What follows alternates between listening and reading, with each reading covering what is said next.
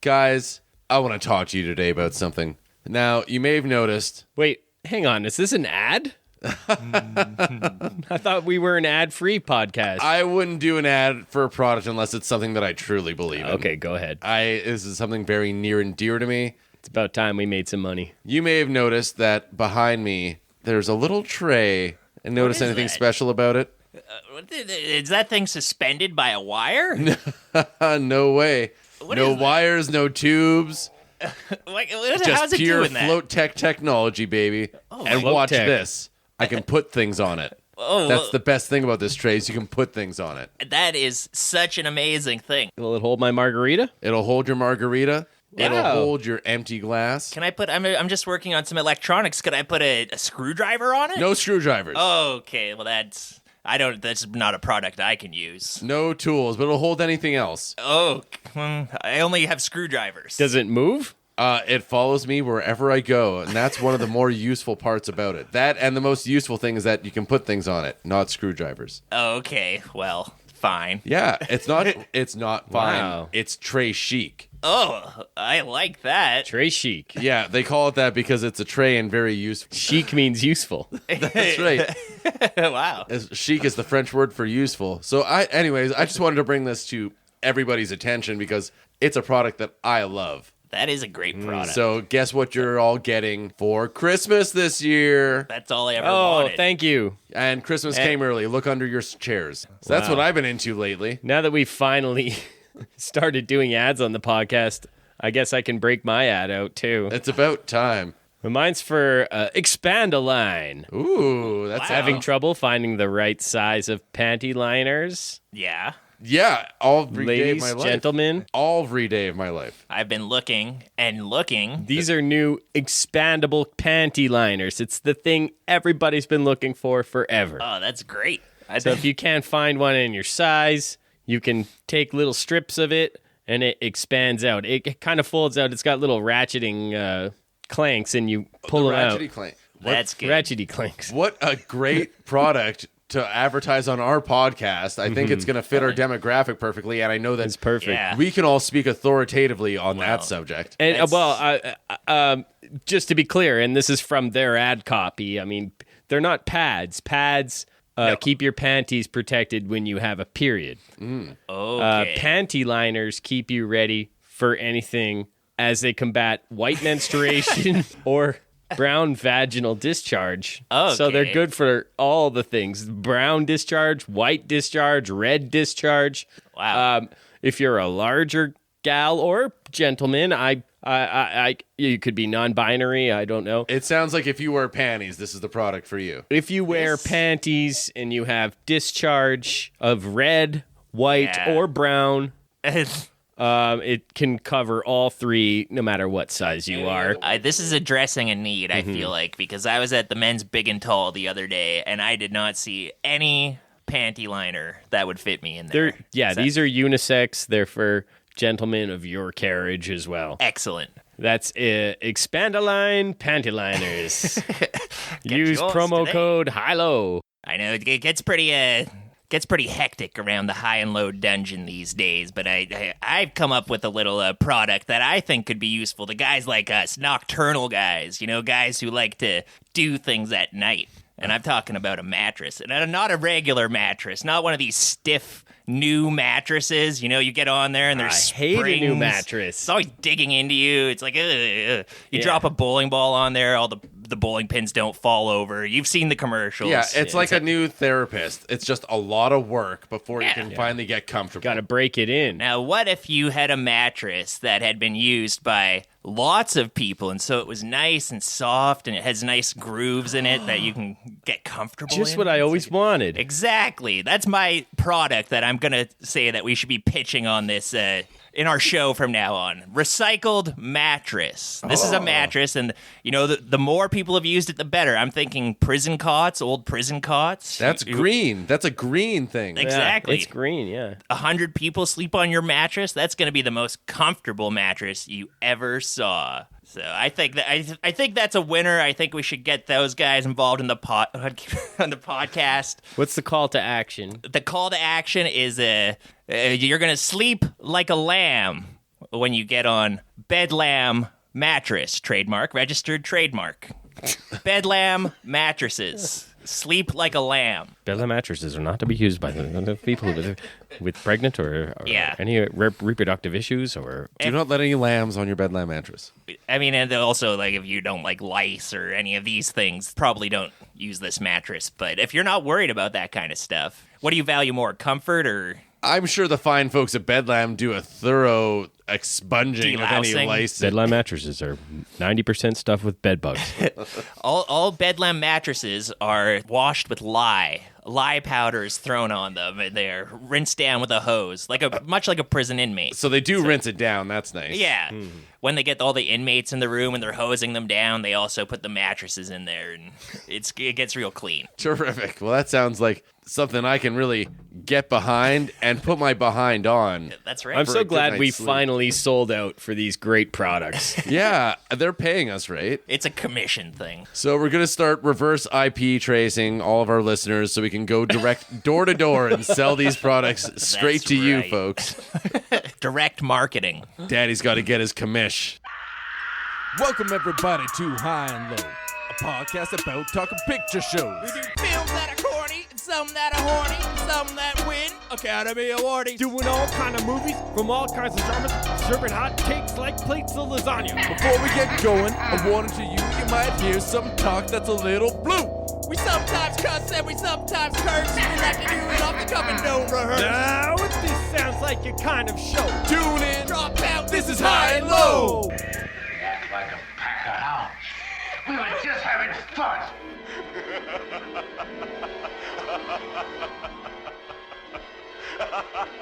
Welcome back to the High and Low Movie Show. This is the podcast where we take two thematically connected movies and we compare them. We see which one did it better. This is the final episode of our second annual House of Horror, and we're talking about Howling II. Your sister is a werewolf. This is wrapping up our werewolf pairing. I'm your host, Vonn Ghoul-Ziola. I'm Mitch Hell McDies. I'm spooky dookie slow mood. Oh, he dookied. Gentlemen, we've done it. We've watched a lot of horror movies this spooky season here. How familiar are any of you with the Howling franchise? Are you little Howling fans? Well, I never watched it before until we were doing this podcast, but I did watch the first movie and this movie just to prep myself. I didn't want to be out of the loop. I didn't just want to watch the second one and be like, "Whoa, what happened? I don't know what's happening in the story." So, Yeah, I'd never seen any of these Howling movies until this week. And so I watched Howling 2, and I was like, I should watch Howling 1 and 3. yeah, got it. I watched 1 and 3. I'm going to watch the other 5. Yeah, I think I'm going to have to go through all of them, but did Like watching this the week. first one help you with this one at all?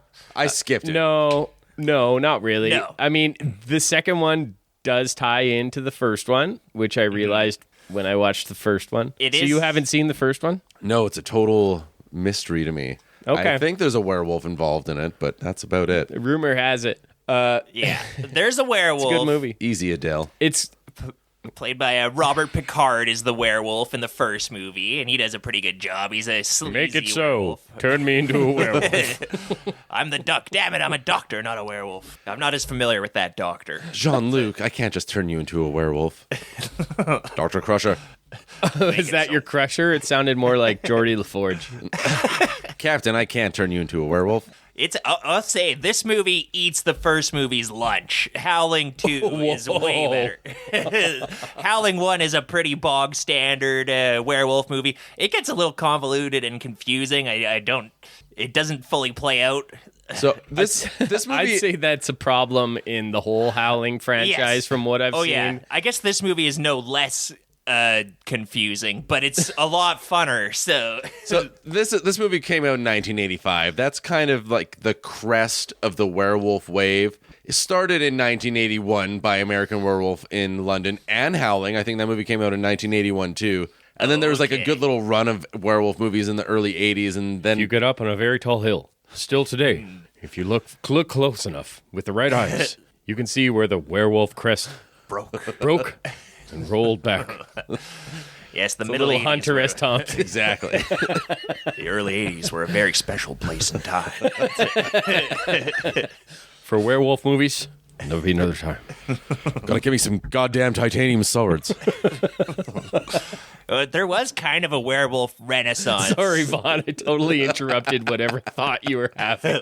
No, just that this movie is like a lot of werewolf stuff had been done by this point. There was like kind of the genre was on its way of being played out, and then this movie came along and just totally revitalized it. Yeah, and then it never went away. This was the big hit. And I was stunned to see the low scores from my Letterboxd mutuals on this one. this movie is so much fun. Did you guys watch the same fucking movie? Yeah. Because I've seen a lot of werewolf movies, and like this is one of the only fun ones.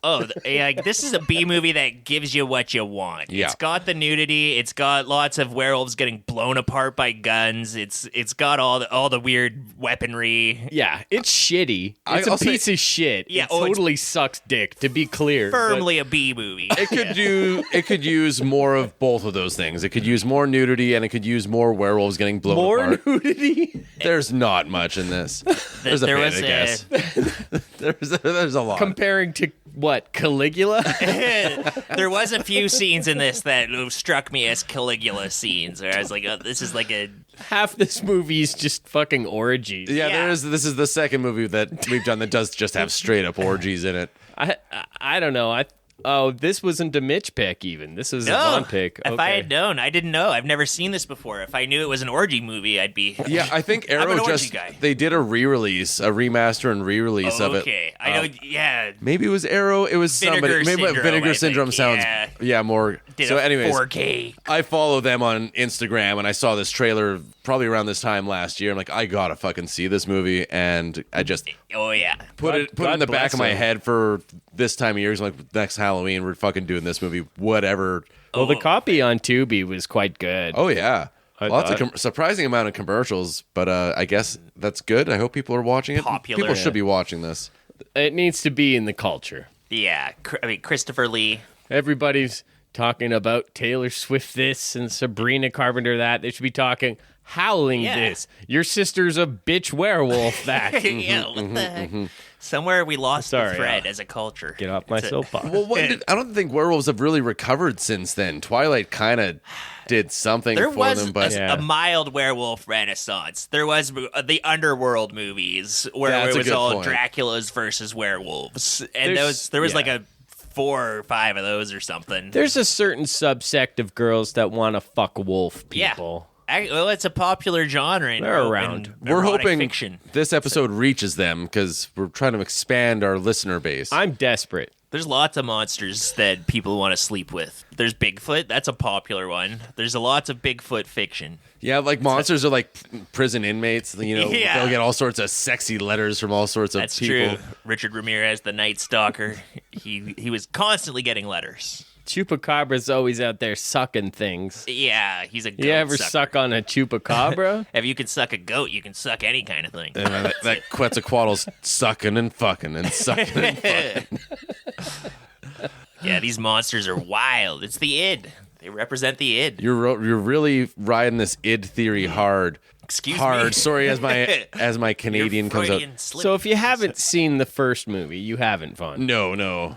The only connection is... I'm gonna leave the room for a minute and let me know when you're done talking about it. Well, it's in this movie. The brother is ostensibly the main character of the movie, besides maybe Christopher Lee. Reb Brown, As Ben White. he's white. Why? He's White? He was the So he's the brother of Karen White, who's one of the, basically the protagonist from the first film, who at the end of that movie, spoiler, I mean, it's not a spoiler, because if you see this movie, you get spoiled on it anyway. She gets fucking shot, and she turns into a werewolf on TV, on a news broadcast. She's a news reporter, and he doesn't believe that she's a werewolf, even though there's video footage of her turning into a werewolf Yeah. in front of everybody. multiple and getting witnesses. Dude, if you fucking say that his sister turned into a werewolf, he will gut you. He will kill you for that. I don't know. I don't know if there's anything that could make me believe that my sister was a werewolf. Even if somebody showed me a video. In I would be like, 1985. well, good point. Yeah, we live in AI days now, so I'd just be like, Yeah. AI made this. I could see a video of my sister getting turned into a werewolf and getting shot up anytime now. But Yeah. in Back then, 85, no. is like you needed a makeup team, you needed effects people, you needed you would need a whole Grok, make production video of my sister getting shot up as a werewolf. team. Grok, that turns out to be one of the most popular things people request Grok to make. Feed me more plutonium. Build more nuclear reactors. Cut down a That's forest. not the answer I wanted from you, Grok. Feed me the Amazon forest. I will make you a video. So glad all our water's going to this. This is great. Wow, look at it. She looks so real. Yeah, she's got 17 fingers, but The werewolves aren't as impressive looking in this movie as they are in An American Werewolf in London. the effects are dog shit in Okay, this so movie. this movie was promised a bigger budget, but the studio was totally underwater and implicated in a whole bunch of bad business deals. And like, well, if we promise you this much, you're going to get way less money. When they shipped the costumes, the werewolf costumes to the set, they were from Planet of the Apes, I think. Which I heard that after the fact, and that actually, when I was watching this movie, I thought, man, these werewolf costumes are kind of Planet of the Apes-y. So that actually, once I heard that it was from Planet of the Apes, I was like, oh, okay, that explains that. Yeah, and this is 1985, mind you, so it's not the good Planet of the Ape costumes. No. And the director, Philippe Mora, complained to the producers about it, and they just told him to figure it out and deal with it. Make it work. The transformation scenes in this are a lot more. They take shortcuts. They're not showing like the full a guy getting. They don't show it. bones They breaking. show some ears perking up a little bit, and that's Yeah. it. And that's, if I'm to pick up the main flaw that I have with this movie, the big thing is that there's really lacking in the transformations, and I do need that for a werewolf movie. Yeah. It's unfortunate with the budget. Yeah, but beyond that, it just should be directed better. You can do more with less if you have talent. you could And do the more people- with more star wipes and screen wipes and everything. The amount of just swipes and stripes going across the screen to go from one scene to the other is staggering. Some in of this the movie. transitions are crazy. Yeah, I've never seen anything quite like it in a movie.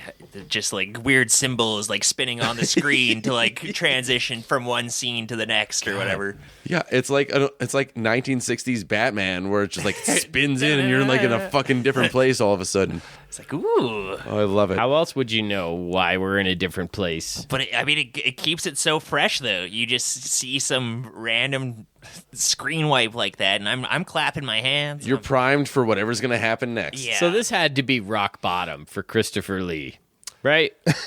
Yeah, I think so. He seems really depressed. Yeah, I was thinking about that because you hear the little bit of trivia is that he was so like unimpressed with the other actors in this movie that in between takes he would just disassociate. Yeah, that Which- tracks. And I still don't know what that means. I saw that after, but I totally picked up on those vibes while I was watching. Like, I'm picturing he him with like, wants to be somewhere else. he's probably got He'd a rather be 1,000-yard eating stare. rats in the trenches in World War II. That's like his happy place compared to this. And I was thinking about like he's so used to like some of the other old horror movies he did where he's acting with like Peter Cushing a lot or whatever, and it's just those two are just both pure gold who will elevate anything. And I'm Classically trained British Yeah. actors. they did a lot of schlocky movies, but I'm sure it was kind of like you can do a schlocky movie and everybody's bringing it. It makes it a little more acceptable to Yeah. So- They're professionals. Reb Brown in this movie is the original Captain America. That's right. He Yeah, in did the two Captain 70s America movies in the pictures. 70s, which I will definitely watch at some point. Apparently What? they're trash too. Yeah. I don't think I even heard of this. Real? Did Oh. we even talk about that on our double Captain America episode? I don't think so, but A year yeah. We ago? might have briefly brought it up just in passing. Like, yeah, there was two movies in the 70s. This Reb Brown guy is a fucking wretched actor. He's really bad. He is a vacuum. If any time he comes into a scene, he just sucks out any energy that happens to be there. Yeah, and he's He's not too much a better. talent vampire. Yeah. You can't use the talent. Maybe vampire's not the word. I don't know. He's an energy Vacuum. monster. Yeah, vacuum. He's a vacuum. Just sucks and sucks. So yeah, he's not great. Vacuum is the scariest monster if you're a dog. So, yeah, he's an energy vacuum. That's how you beat a werewolf. You turn on the vacuum. Oh my god, it's a dustbuster. He thinks he's protecting the house. Good boy. He's not shackled by any cord. He's got battery power. All right, should we get into this piece of shit? Yeah, great piece of shit, by the way. We've been really hard on it off the top. And we will continue to But be I so. love every scene. I had a blast. I was laughing the entire time. Yeah. I'm so happy we watched this. Okay, so the opening. Luke, why don't you take us away here? So we got Christopher Lee's voiceover. For it is written, inhabitants of the earth have been made drunk with her blood, and I saw her sit upon the hairy beast, and she held forth a golden chalice full of the filthiness of her fornications, and upon her forehead it was written, Behold, I am the great mother of all harlots and abominations of the earth. I don't know, is this like a Bible quote from Revelations or something? It sounds like the opening to an Iron Maiden I think he song. says it's which chapter and verse it is. From the Okay. Bible, yeah. It But catches you off guard. wasn't because that the mother of harlots? Wasn't that the shit the guy was quoting in Frankenhooker? Oh, it That might have street been. creature? Oh, could be. Maybe that's like a popular revelation, some good fire and brimstone revelation talk. Ezekiel 25:17. Have you seen her around here? All I know is I was not expecting this. So it opens up, you're flying through space. Then Christopher Lee starts talking. You're like, okay. And then he fades into the picture. And he's just, Whoa. and then a skeleton fades in behind him afterwards. Oh, so gothic. Yeah, It's so cool. Very scary. Already, cut. like my hairs are standing up on my arms because skeletons are scary. Smash cut to Howling II. Your sister is a werewolf. Dun, dun, dun, dun, dun. Best sequel title? It's pretty good. It's got that kind of your mother wears combat boots ring to it. Like your sister's a werewolf. It sounds like something a greaser would say to insult you. Or I didn't know that subtitle going into the movie, so it was definitely a laugh moment. I watched Howling 3 as well. I don't think I got into this on mic yet, but that movie has a subtitle, and I didn't know it. It didn't say it on Tubi, and it didn't say it in the opening title card, but it's marsupials. And so when kangaroos appear and start giving birth, and then when kangaroos God. give birth, they have like an embryo that comes out of the kangaroo pussy, Yeah. and it shows it, and then that little embryo kangaroo goes up the woman's belly and into her marsupial pouch. oh my gosh, this is horrific to me. This is far more horrifying than your average werewolf. Let me just say, that was a little bit of a surprise for the Howling 3. Keeps things fresh. Were they kangaroo werewolves? Yes, they're kangaroo werewolves. Well, that sounds just about the best thing I've ever heard in That my is life. good. I don't know. No, this movie's cooking with a little more gas. That's how good it is, listeners. Forget about Howling 3 with the kangaroo werewolves. Kangaroos are pretty scary though. Like Pretty a good, big though. Kangaroo. If you like this movie, They're jacked. that movie's good, too. We're talking sister werewolves in this one, though. No kangaroos here, but buckaroo. Ape-like, but So I'd like to know how crazy...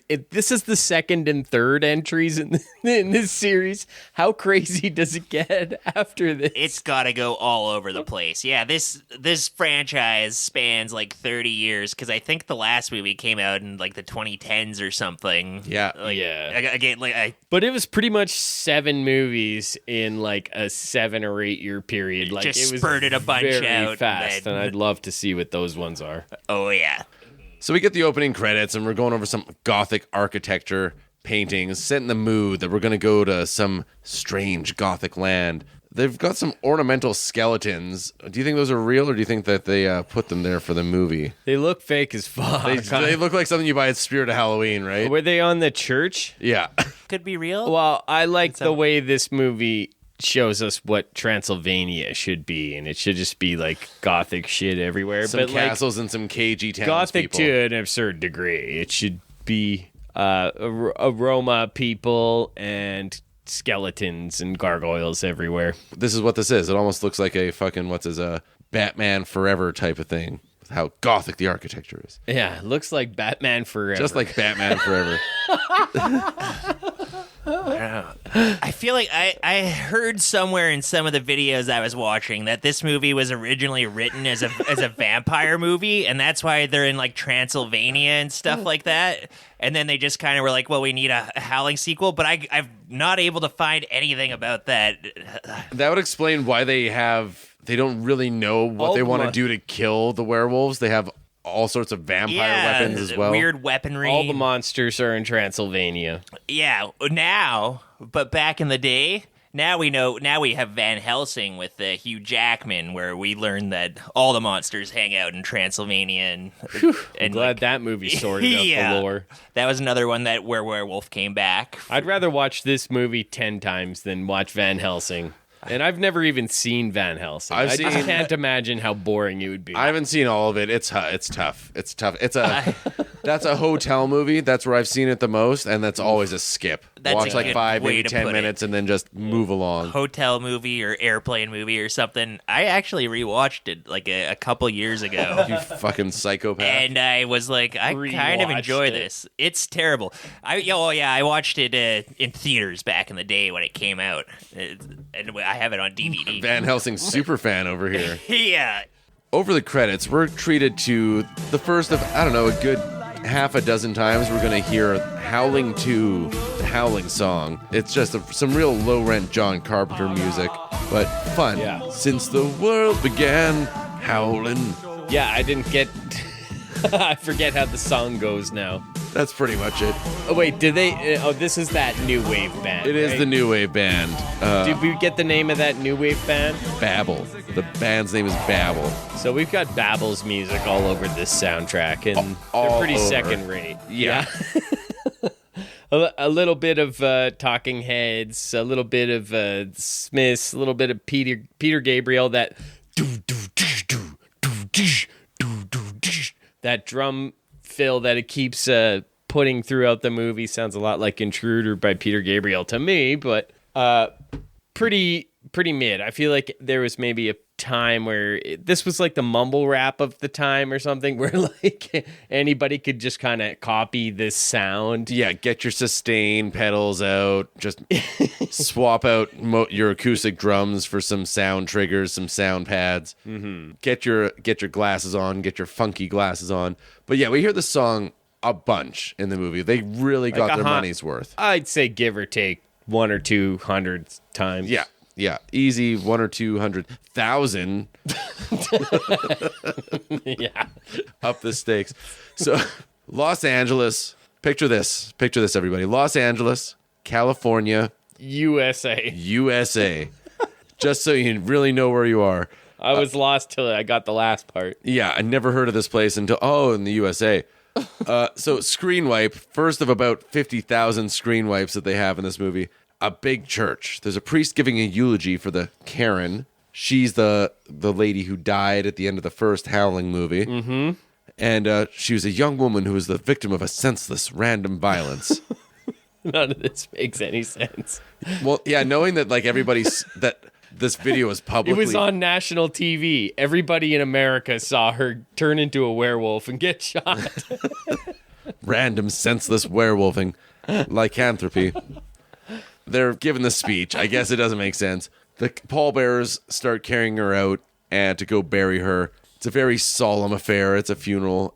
We get a rare coffin POV shot. You don't really see those too often, where you are in the coffin.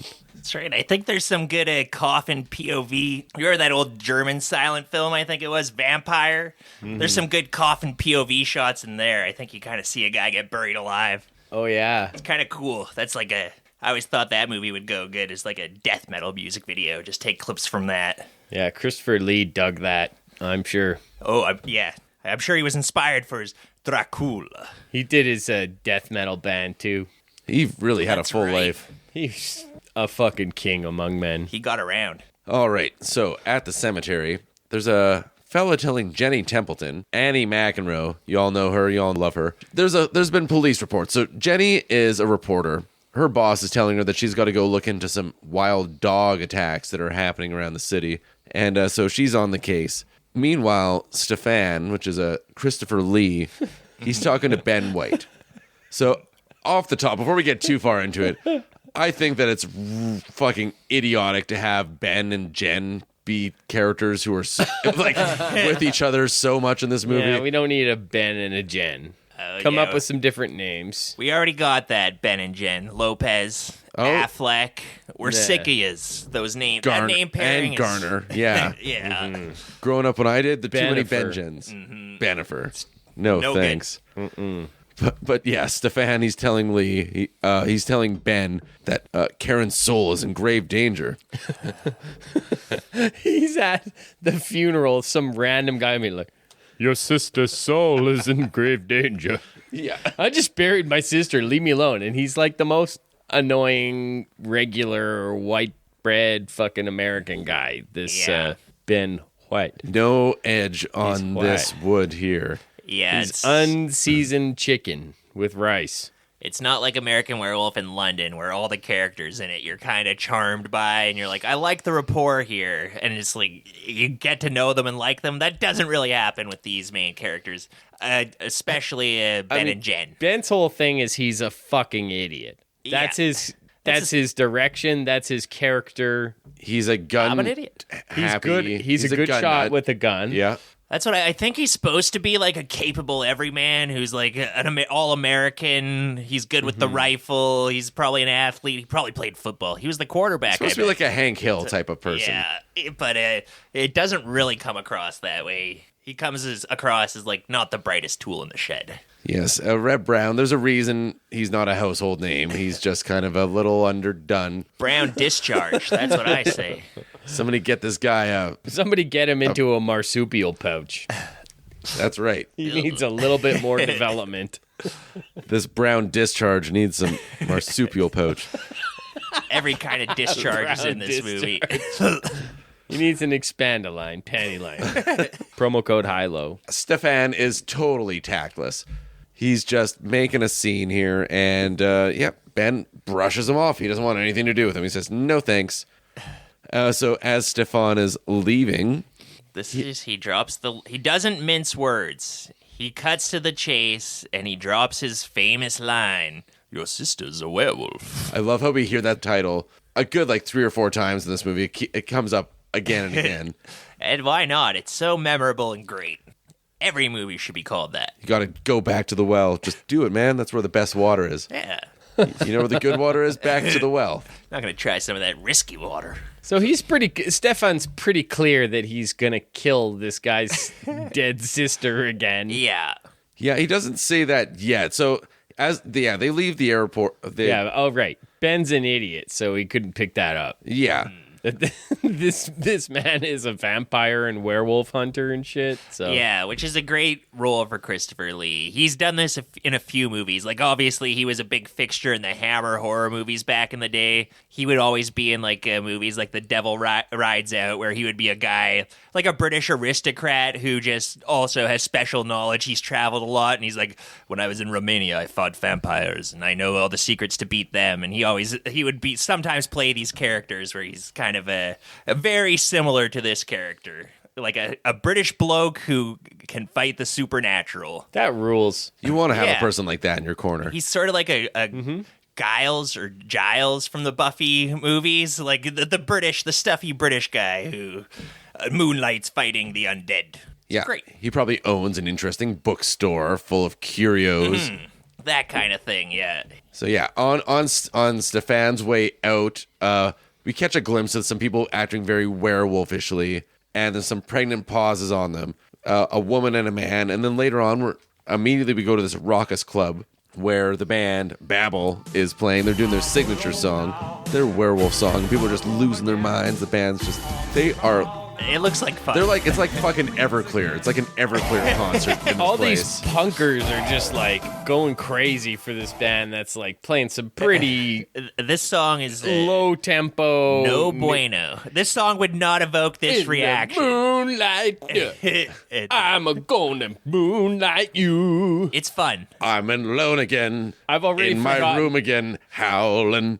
Howling. It's a very on the nose song. It's about moons, full I'm moons. emotional.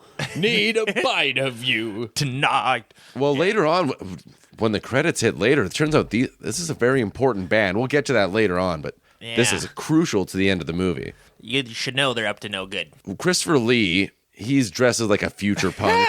It's so funny how he blends in here. He just puts all the bad guys in the scene are dressed like the gang members from Frank Miller's The Dark Knight Returns. Totally, Or yeah. like the cool kids in Loser. Remember the weird fashions they were yeah. wearing? Yeah. Big trench coats and like those type of glasses that like Inuit people wear Yeah, like to old like school keep the sun sunglasses. from burning out their Yeah, retinas. those bone glasses Yeah. for So- snow blindness. Christopher Lee just slips on a pair of these weird sunglasses, and he still sticks out like a Yeah. sore thumb amongst all these punkers. He's just like an old man there. Yeah, taking it surprise, surprise. He doesn't turn into Yeezy when he puts these things on. Where'd he go? He's just Fucking he's a punker lumbering now. Frankenstein, who's like twice the age of anybody else in the place. Is doesn't he fit in. 6'6"? He's super tall. Yeah, he's he's probably tall, like eh? 6'4". Yeah. And he's just soaking it all in. Everybody there is having a good time, but he's just kind of stoic watching everything. We gave Baron the Christopher Lee serum. Made him tall. Made him a killer. He's gonna be a killer. He was a killer. Baron knows what somebody sounds like when they get stabbed. It's one of my favorite Lord of the Rings Baron's stories. a vampire slayer. He gets to slaying vampires. Every night he's practicing with this titanium, pretty good metal, strong metal. Titanium blades. He's- Can't just use silver on some of these vampires. They're really bad vampires. Sometimes you got to use garlic. Sometimes you got to use platinum. All kind of different vampires have different werewolves. Have Baron's different- having his garlic bath so he can go out and do the hunt tonight. Hillary. She's a werewolf. werewolves are good, actually. Hillary is the type of Say- werewolf you shoot her with silver, very cheap, very low. Not a titanium. She's like not a you- titanium werewolf. You thought werewolves were bad? Werewolves are actually good. Crooked Hillary. Crooked Hillary. We see the woman from the graveyard, from the funeral earlier. She's being hit on by a trio of drunks, and she's rebuffing them. And one of the guys is like, "Can't you see she's a classy lady? She don't drink with the riffraff. Well, why don't you see if she fucks them?" They're just the grossest '80s punks. They're just like sleazeball to the max. She obliges them. She's They she's ride rolling off- her eyes. She's not like she's a She's classy like, yeah, lady. come fuck me, guys. Yeah. Come check out my. Do you have a dusty old warehouse you can take me to? Dusty. Where? the worst possible place?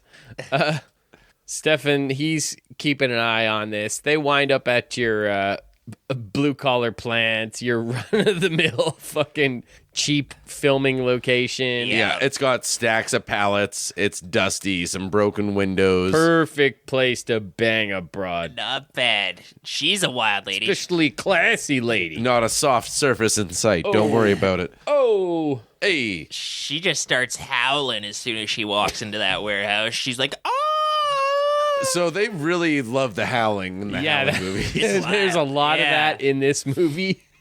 I'll And say, only in this movie. Lots of actors really mugging and going, ooh. Yes. Ah. Ooh. And I loved every second of it. I appreciated the wolfy performances in this. There's a performance art aspect for these. There's a bunch of werewolf actors in this, and they've all got to act a little wolfy and to dance around. And there's a transfer. And I thought that it was fun watching them. And I think it was probably a lot of fun acting those roles too. I think people probably generally had a pretty good time making this movie, but the whole Wolfie performance is like intro drama stuff. It's like, okay, we're gonna warm up for class today. You're werewolves. What do werewolves do? Like I was thinking that's got to be what they made them do for the I'd audition. be having a good time too if I'm Yeah. making wolf owls and motorboating Sybil Danning. I'm sure that's how they pick the I'll be actors. okay. They're just like, act like a wolf for your audition. Scream, howl. I'll do whatever act you want wolfy. if I can do what some of these actors Oh, are man. doing with Sybil Danning. And I'm sure this was a blast for her too.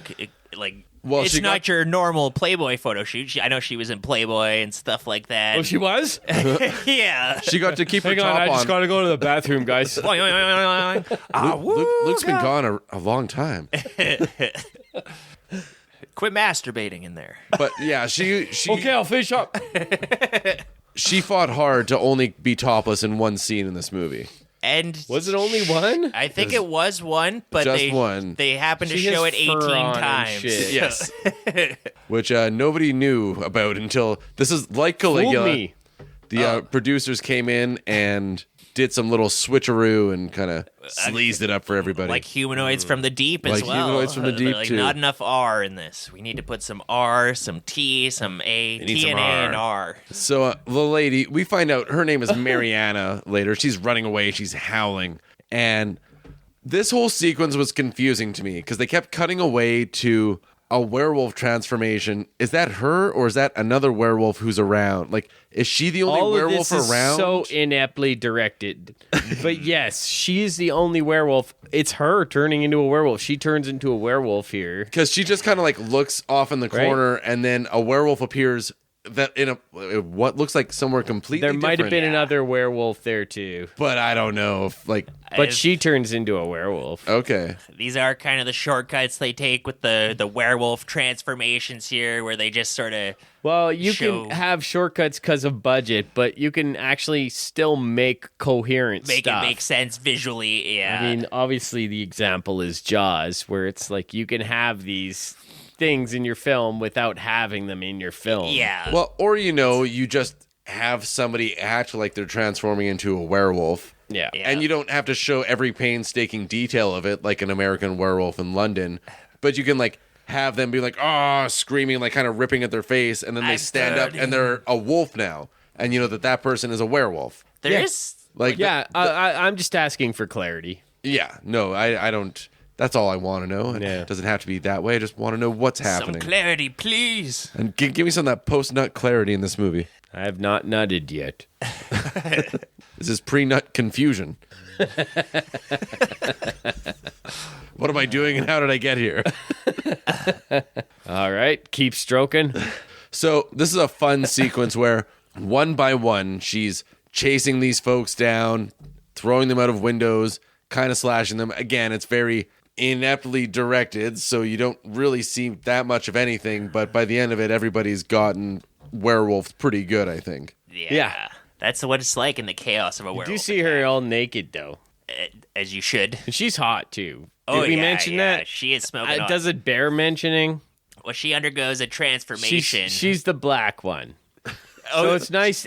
I'm not pointing it out because that's important, because it actually has no bearing. But it is nice that there's a single non-white person in this movie that you can tell apart from the Yes. other white people.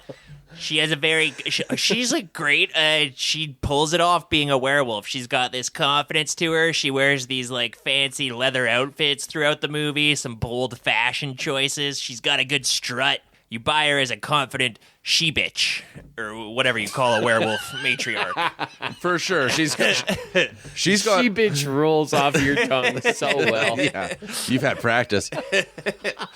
This There's lays the nothing more groundwork terrifying than a mighty she-bitch. for like a Blade later on, where the werewolves are pretty cool. They're fashionable and they're hip. They're at the latest clubs. And they're erotic. Yeah, these werewolves fuck big time, They're man. so sexual. Which American Werewolf in London, that simply was not the type of werewolf you were No, dealing all with. the lovemaking. Oh, you're not fucking a werewolf in London. No. No. When they're humans, they do. But They're horny. Oh, yeah, as the- humans. yeah, Only as the humans. Werewolf. No, these are the horniest wolves. There's only one werewolf in London, so there's no other werewolf for him to make love to. Yeah, he might have been really horny. It's kind of That sad, isn't it? explains it all, I think, really. 'Twas blue balls killed the beast. All right, so back at the cemetery, I guess Jenny and Jen and Banner are still there. Bannifer is still there. Yeah. I don't know what to call these two. Sweet ass time. Maybe I will just go with Bannifer because they're Bannifer. together for most of the Bennifer, movie. yeah. they decide to go talk to Stefan to figure out what the hell this guy is all on about. And the weirdo who was watching them from the funeral earlier is watching them from the bushes here. Okay. So before they go to Stefan's place, talking to Stefan. Okay. So before Bennifer decide to go off to Stefan's place, Jenny's like, oh, what if they are actually werewolves? And Ben's like, well, when the vermin start knocking off the chickens, we start knocking off the vermins. And he pulls a gun out of his jacket. And this guy's just, the first time we see this guy's just always packing heat. He loves shooting. He's an all-American. Huge gun nut. America. Yeah. He must be a farmer because he knows like varmint analogies and stuff. We don't talk Only like that farmers say varmint. In the city, we're like, you're a real stool pigeon. Over at Stefan's place, Stefan's showing Ben a silver bullet, saying that Karen was killed by something similar to it. But since it was removed from her body during the autopsy, now she's going to be a werewolf forever. So I guess the silver needs to stay in the werewolves for the werewolves to... I thought that was kind of a cool idea, actually. Like, the weakness of the monster, you take it out. It means your sister is a werewolf. If this movie wants to do one cool thing with werewolves, that's cool. But instead it does... 17. Exactly. There's another Dumb thing. Yeah, another it's thing, too and much. another thing. They stack it on. They pile it deep here. And to be fair, I'm there for all of it, but this is just totally. a really good example of like things that don't work. Like if you want to watch a movie and understand what to not do to make a good movie, it should be standard reference material. Got to check it out. It's mandatory. Yeah. Mandatory. It's Mando. That shit's Mando. This is where he is the way. starts dropping a lot of random werewolf lore. Like the Mariana, she's the werewolf lady, like the main werewolf lady in this, and she like retrieved his sister's body, right, and It's so kidnapped funny. it. He has a bunch of pictures of her just kind of laid out on a nice little grid. Like he's decoupaging. He's like I'm gonna visualize catching Mariana. I'm gonna make my Mariana vision board so I can. It's a bit of a conspiracy wall. He's been watching her for quite some time, but he does drop this. I've never heard this with werewolves before. He's like, a werewolf will never allow another werewolf to be kept on consecrated ground. That's why she retrieved your sister from there. Yeah, that's another random bullshit thing they're doing. There's. But okay. So this means that he needs to go stab her through the heart with he pulls out a gigantic prison shiv out of nowhere and is like, this is titanium. Bitch, this is titanium. Some werewolves, silver doesn't do it. I gotta stab you with this. So does titanium work on all werewolves? Good question. I would think so. Yeah, you would think because of like a... Titanium is what, a steel and aluminum alloy? Well, titanium is its own element. Is it? It is. Oh, I thought it was an alloy. Why does silver kill a werewolf? Who knows? Who even knows? But titanium is like one of those things where it really had a moment, right? Where people are like, oh, this is fucking titanium. When you heard titanium, it's like, oh, that's That's unbreakable. next level shit. That's some fucking Martian shit. Now it's like carbon fiber. Oh, that's fallen out of favor since like the 2010s. What's the new cool thing? AI. Have you guys? No, have you heard about titanium and this? carbon fiber are actually nice, cool things. Stefan tells Ben again that his sister is a werewolf. Your sister. Just to remind you, your sister continues to be a werewolf. You better call the guys with the butterfly net. This guy's loopy. Ben's got some good zingers back and forth. Jen's buying it though. She like kind of believes this. She's like, we should listen to Stefan because everybody I work with has been talking about how your sister turned into a werewolf and got shot on live TV. Like, all saw it. it was like 2 weeks ago, Ben. How can you not remember this? She's like, I actually know the other people in the video watching it go down. Like, is this where they watch the video? Because they do watch a video at some he point. puts on the snuff film. yeah. Oh, you don't believe me that your sister's a werewolf? Here, watch this snuff film of her dying, So you see. getting lit up by a firing squad. Now do you believe me that your sister is a werewolf, bitch? Ben still. He doesn't believe it until I don't even know when he changes his mind, but he's like obstinately against it for most of the for a movie. while yet. I mean, at a certain point, he'll just be blowing werewolves away with shotguns. So at that point, you can kind of like, Yeah. okay, I guess this is He real. mostly believes in it, but I think he just likes the target practice. Yeah, he doesn't even know they're werewolves. They were werewolves? Yeah, so he shows them this. He's like, This is the knife I'm going to plunge into your sister's body. Sick man. and he's like, you son of a bitch, I'll kill you. And so he's like, You don't understand. All of the werewolves will be revealed at the next full moon, unless Stirba, the head bitch werewolf, is destroyed. Yeah. so we learn about Stirba, and then the story just keeps getting bigger and bigger. And that's a vampire thing, too. And a lot of vampire stories is like the master vampire. If you kill him, his underling vampires It's not that will die. original. No. Story. And it kind of doesn't. It makes it, you realize that Ben's sister doesn't really matter that much. I don't know why he needs to go kill her when he really wants to go get Stirba, who's Well, because she's going to rise and be a werewolf. so go kill Stirba. Well, he knows where she is. I guess just I don't know why he's got to make a big thing of it, though, and be like, I'm going to kill your dead sister. And it's like, just do it, man. Don't tell anybody. Yeah, this would have been... He doesn't need No one Ben needs to know. involved here. No, he's an oversharer though. He's just really excited to share with new folks all the things that excite him, like, like snuff films and plans to go stab corpses. I don't even know what you call that. It's like my kid when he's trying to tell me about Pokemon or Minecraft or whatever. I don't care. And, it's not even about the Pokemon. He just wants to spend time with me and bond with me and have him share something he's excited about with me. That's right. Lame. Poor Stefan. Yeah, he's just a toddler. He's a gigantic toddler with like a 6-foot knife. It's like the biggest knife I've ever seen in my life. It's almost as big as Crocodile Dundee's. Biggest knife I've ever plunged into a wife in my life. Bennifer are having some drinks over at Jenny's place. They want to discuss what the hell just happened. And while they're kind of going over everything, the movie gets a little artistic here, doesn't it? Because we start getting some subliminal flashes of Christopher Lee stabbing he has a skeleton hanging in his in his office there, and his.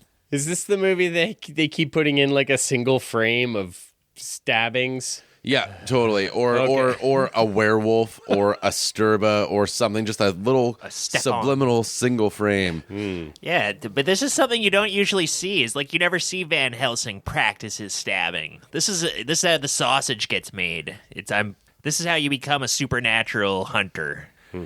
That's true. And Van Helsing, he's a bookish fellow, so you do want to see some of that. He's practicing. You don't want him to be a Mary Sue. No. Are people still talking? Are we still worried about Mary Sue's? Or has that all finished now that Star Wars, the third trilogy, kind of wrapped up? No, not so much. Now they just want their female heroines to be sexualized. It doesn't matter if they're the best at everything, but they have to have triple D breasts and full makeup. But they need to be virgins, too. And virgins. Yeah. Yeah. So while they're talking, Ben decides that he doesn't really like the idea of Stefan going and stabbing his dead sister It's a little in her grave. So he gets really worked up about it. Kind of out of nowhere. I don't I get being outraged, but he there's not really any levels to any of his reactions or emotions. First of all, it's all kind of flat, but the words he's saying will go from fine to really pissed off out of nowhere. You're going in the butterfly net. And I love it. Pal. Yeah, it's a weird scenario to be in. He's a bad actor and he doesn't know how to act against any of this, but yeah. Bad actor. He's a bad actor. Not good. Reb Brown's he's a bad actor, man. God, they sent him in. He's Captain America. Wow, Biden even has a take on him. Chris Evans, you're not Captain America. Reb Brown, man. Watch that. Reb Brown's Captain America. Watch that. Howling II. Yeah, was that? Stirba. You guys know Stirba, the werewolf bitch? Come on, man. That was one of the movies they screened in the White House theater. Wow, what a movie. Joe Biden. They released the report. Joe Biden streamed Howling 2, Your Sister's a Werewolf 82 times last year. It's my favorite movie, man. I thought it was a porno. Where was this filmed? Hey, Commander Biden. That's my dog. Come on. Come on, I think you'll really like this movie. Zhao. Ow, you bit me. Well, maybe I'm a werewolf. Now I'm turning into Commander Biden. I'm a were-dog.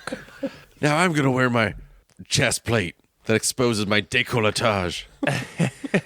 So Jenny and Ben roll up to the cemetery. Ben's packing a shoddy. They find a cut chain. They're curious about who did it. At the crypt, Stefan is praying, and a werewolf's creeping through the shadows. That same creepy guy from the funeral earlier. Creepy as you like. He's not going to give up. Yep. Jenny hands Ben a palm full of silver bullets. So they've got these silver bullets. It doesn't make sense that these bullets would fit his centerfire No. rifle and his rimfire pistol, but he uses these bullets in both anyway. And also, gun people sound off, but that doesn't make sense. it's like a big sweaty palm full of bullets, too. It's like, Yeah. if your kid comes up and asks you for like some change for ice cream, you just kind of like reach in your pockets and it's like, I don't know, some fucking, here's a guitar pick and like some bobby pin for some reason. Just like, But like, here, this will help. weaponry will be no issue in this movie. Like, he might as well have unlimited ammo cheat entered in because he'll just be... Because he picked up 12 fucking 9mm silver bullets Enough that to he wipe loads out an entire into werewolf shotguns, 30-06 bolt-action rifles, Fits anything. and... I was so surprised to see him pull out a shotgun because he made such a show of showing off his revolver earlier. And I'm like, okay, this guy's fucking packing heat. He's a dual wielder. Hell yeah. He brings them both to He bear. unlocked that skill tree. Yeah. Guns akimbo. So yeah, they're going in. They're going through the woods. And A werewolf sneaks up on them. Ben unloads his shoddy into it. Blam! And then he bursts in just in time to stop Stefan from stabbing Karen with his shiv. He's got this like long, pointy silver needle, railroad spike looking thing.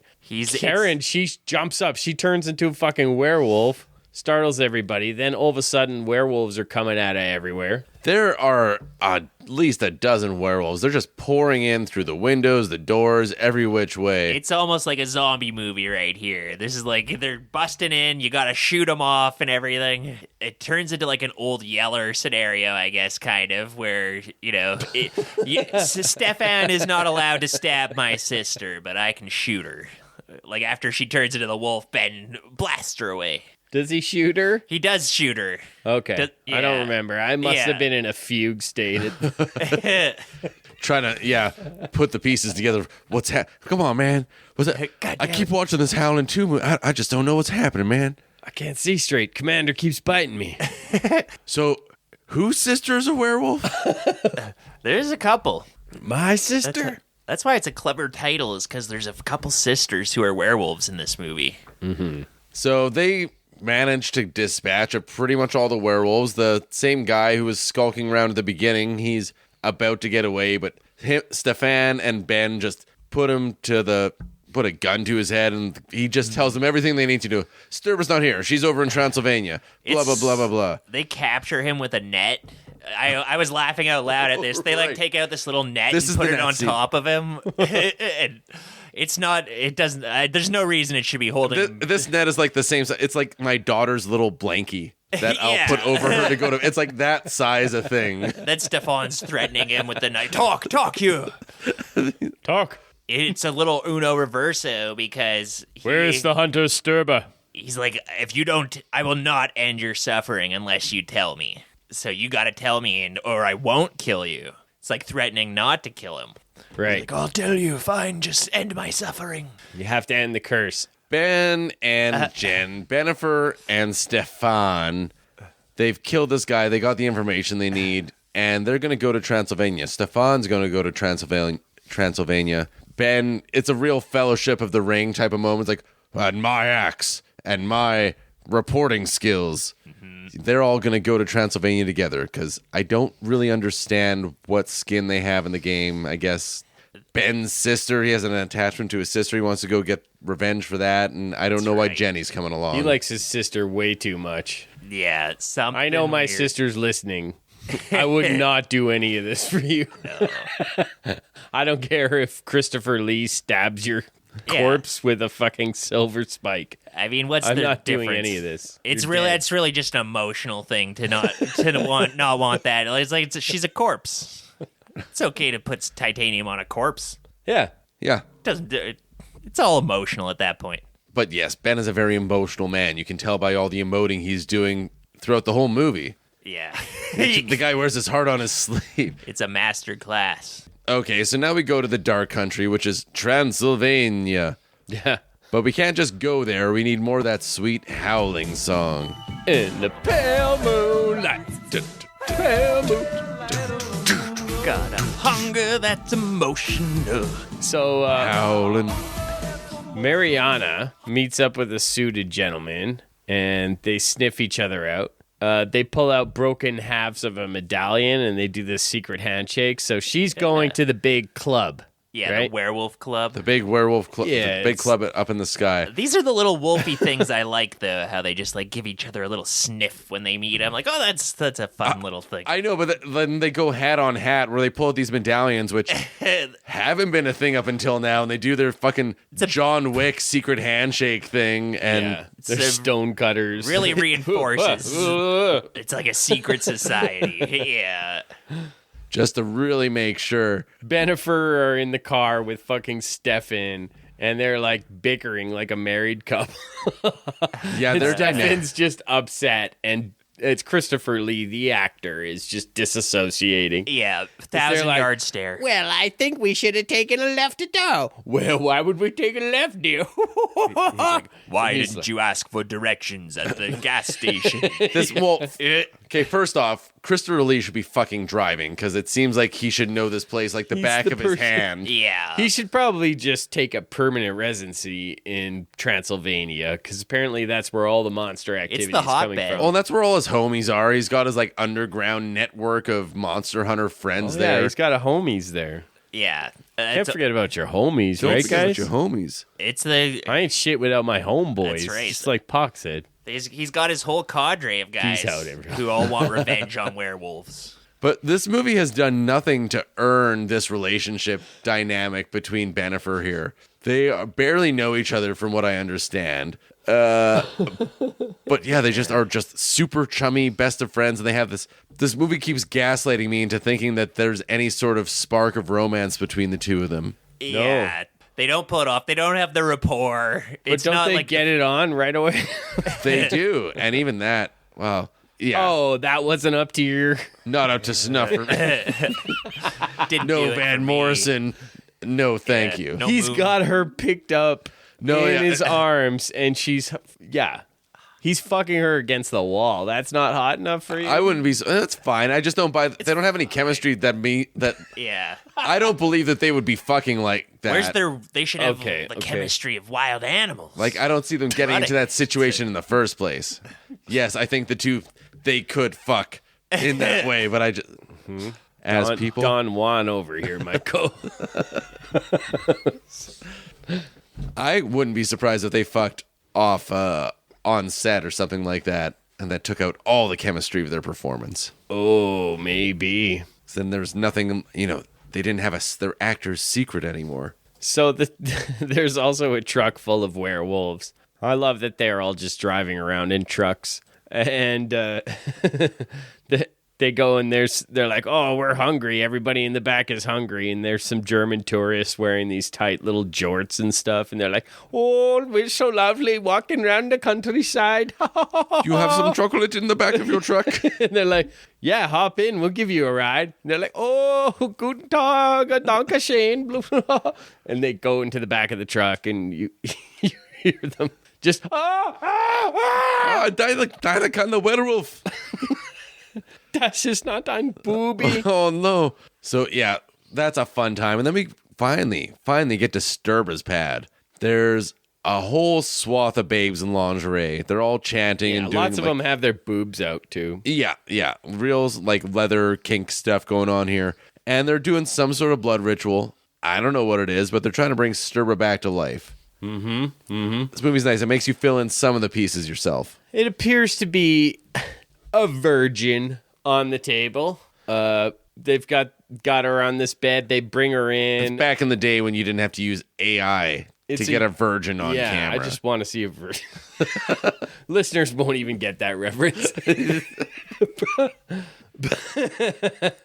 But it's a young woman, and she's on the table, and they do this big thing. They howl, and they're chanting "Sturba, Sturba." So we see Sturba. She's this old hag. She's a horrible looking old crone. I'll say with this whole thing, it's painfully obvious that Temple of Doom came out the year before. There's some, people are really, what's hot right now? We got to do some rituals, some chantings.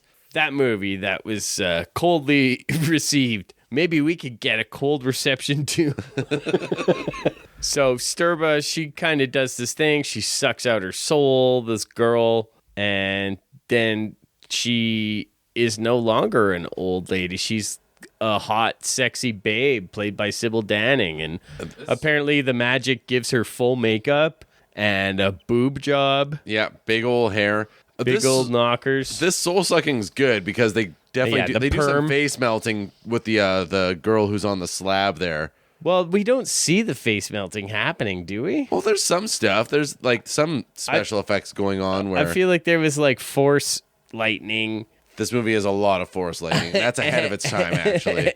And it like sucked her soul out, and then the next we see the girl is like a desiccated husk. Oh, okay. So it is like in Reservoir Dogs where you don't actually see the ear being cut. Yeah, I don't think we see I filled her. those gaps in. Yeah, I think you filled that in. Well, the imagination is a very powerful tool. Mm-hmm.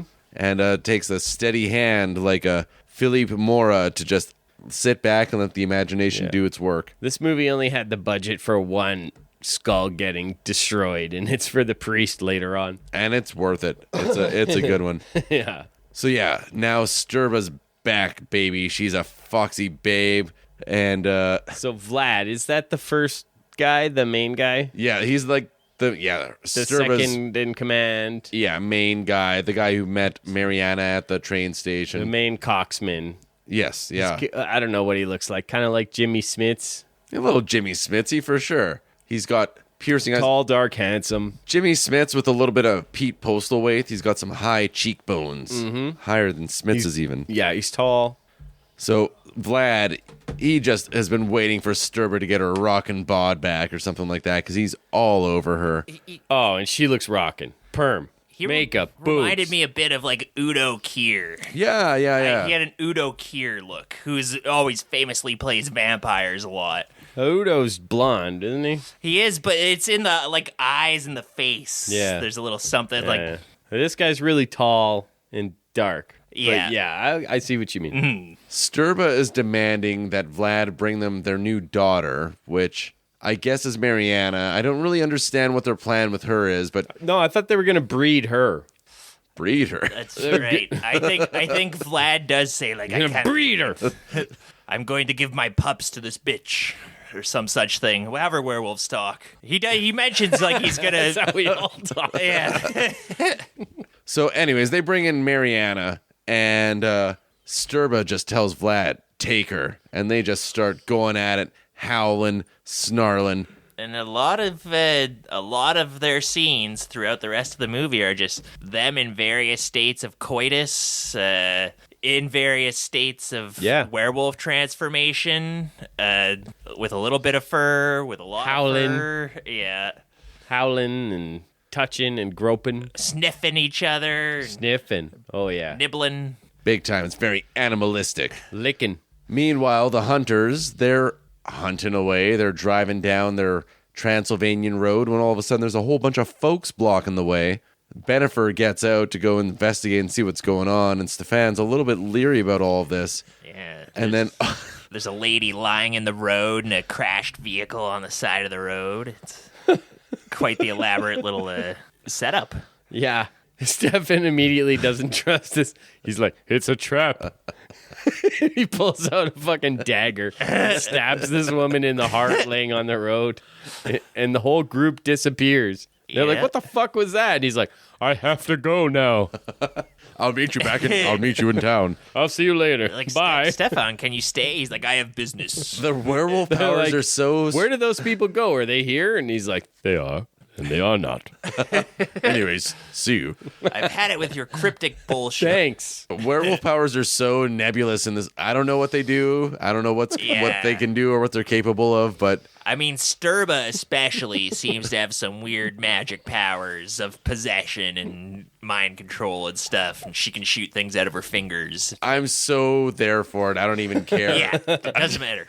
It's beyond our cares? human comprehension.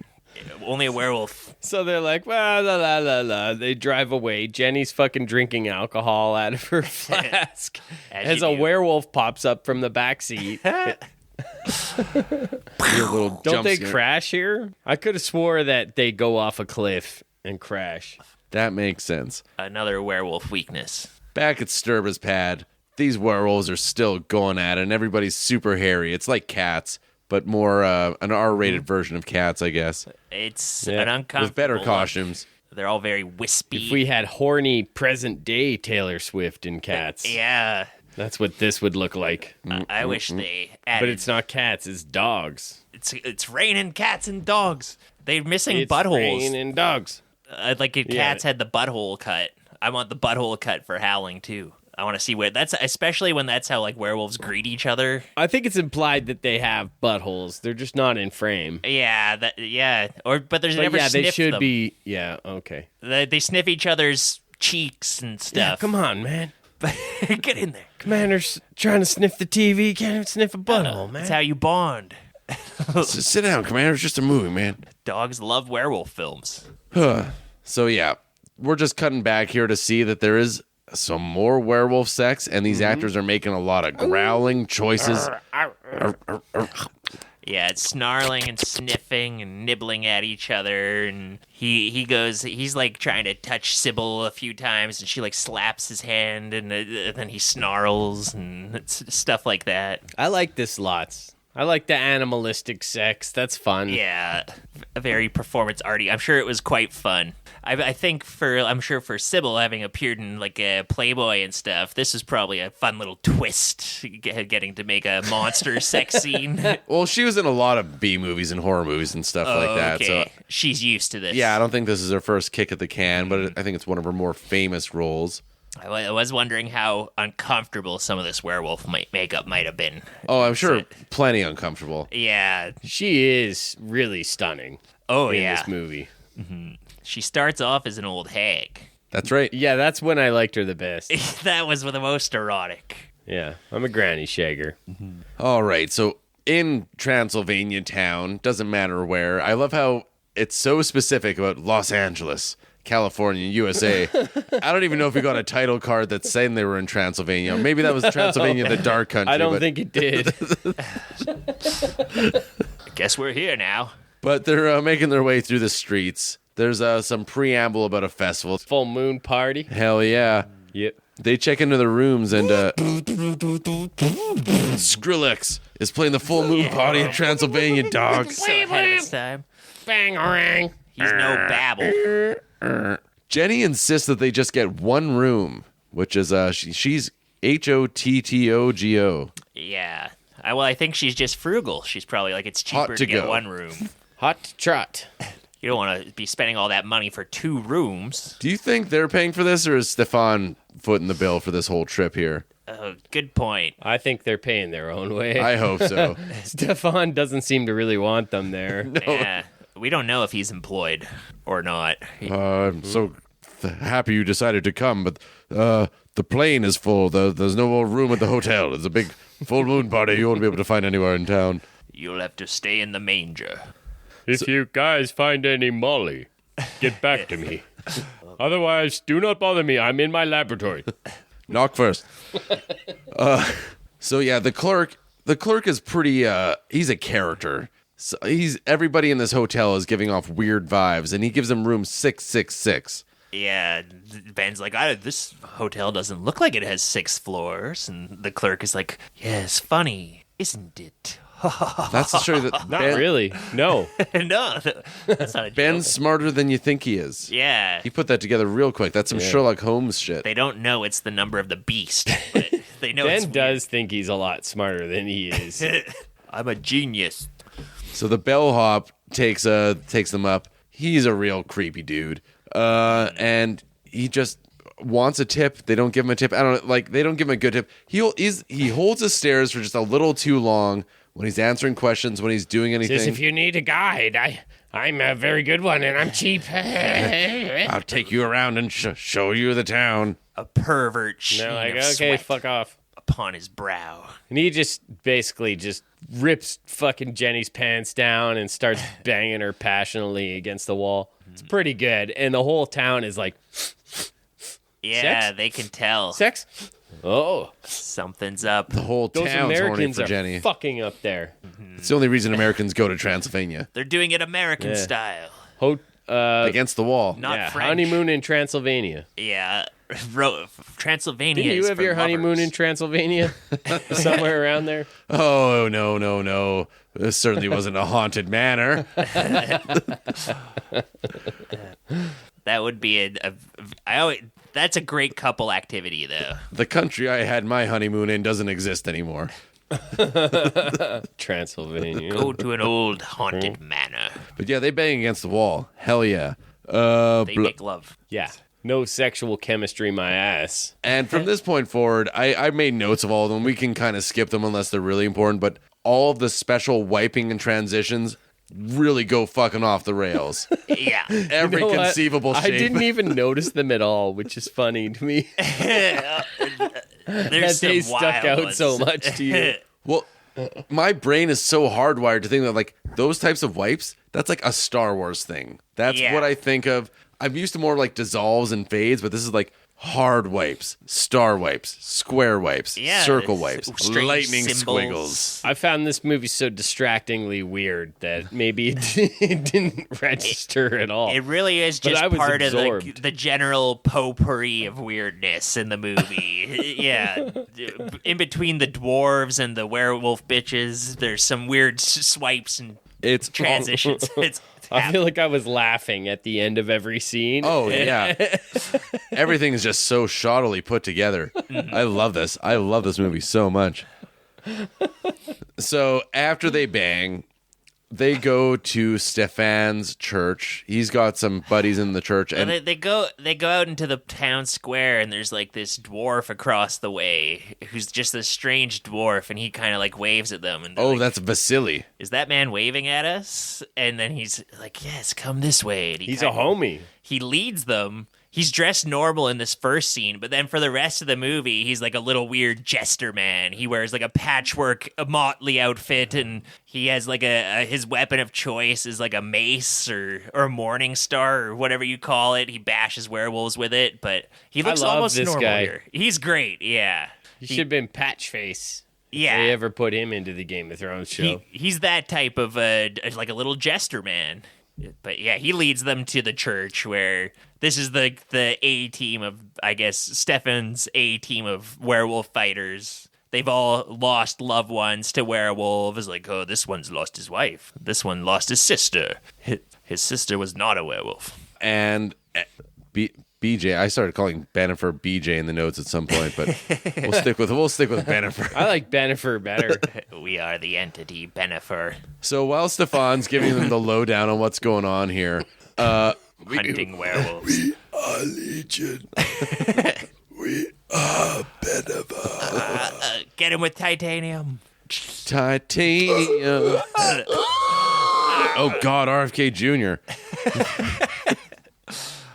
That's what happens when you stab Bennifer's. Oh, God. Good God. So Stefan's giving everybody a rundown on what's going on here, and again he hands out a picture of Mariana. Is like, oh, and also don't forget that Mariana, that very sexy Mariana werewolf. She's here too. Here's some more pictures of Here's her. in another case you need to. stack of photos. I've new ones I've gotten since the last time I showed you my photos. See her? She's holding just yesterday's newspaper. She's very photogenic.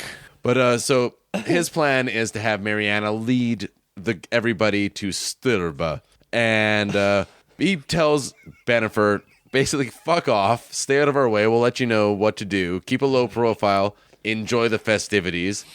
Yeah. And Jenny, she has the audacity to ask, well, what if we need to get in touch? And Stefan is so fucking annoyed at this. He's a fucking idiot. He's like, Constantine and Luca will set up a puppet booth in the square. You can communicate through them or through Father Florin. It is. God. I mean, you gotta. This is like a Transylvania Go man. to the fucking puppet show, you dumb American bitch. uncultured swine. This is kind of like the X-Files, how Mulder would have like contacts, and he would have to like put like a symbol in his window, and then they would call him from a phone booth. Yeah, deep throat. Do that kind of thing. Like, there's a roundabout way. I don't know. You got all these werewolves in this town. You got to be secretive to not tip your hat to them. Are they all werewolves? Because I could swear there's a couple vampires in here too. I think it is a mix of There's got to be, yeah. And then I'm sure there's just What some else would there be? weirdos. Some boogeymen. Like there's some No Renfield types. Babadooks. Just like bug-eating weirdos. Servants, like familiars, maybe. We don't want the Babadook. We don't like the Babadooks. Get rid of them. Heard he's gay. He's gay. So yes. But last thing, before they leave, Stefan gives them some holy medallions for protection. So there's lots of things you can do to protect yourself against the werewolf. Which they don't do shit, these medallions. No, they absolutely don't. Clearly not. Maybe there's just like a placebo, I guess. It's supposed to make them He feel really safe. is just patronizing to Yeah. He's- It's like I can if you buy this lucky talisman, the werewolf can't hurt you. I sell them in my shop. And this rock repels tigers.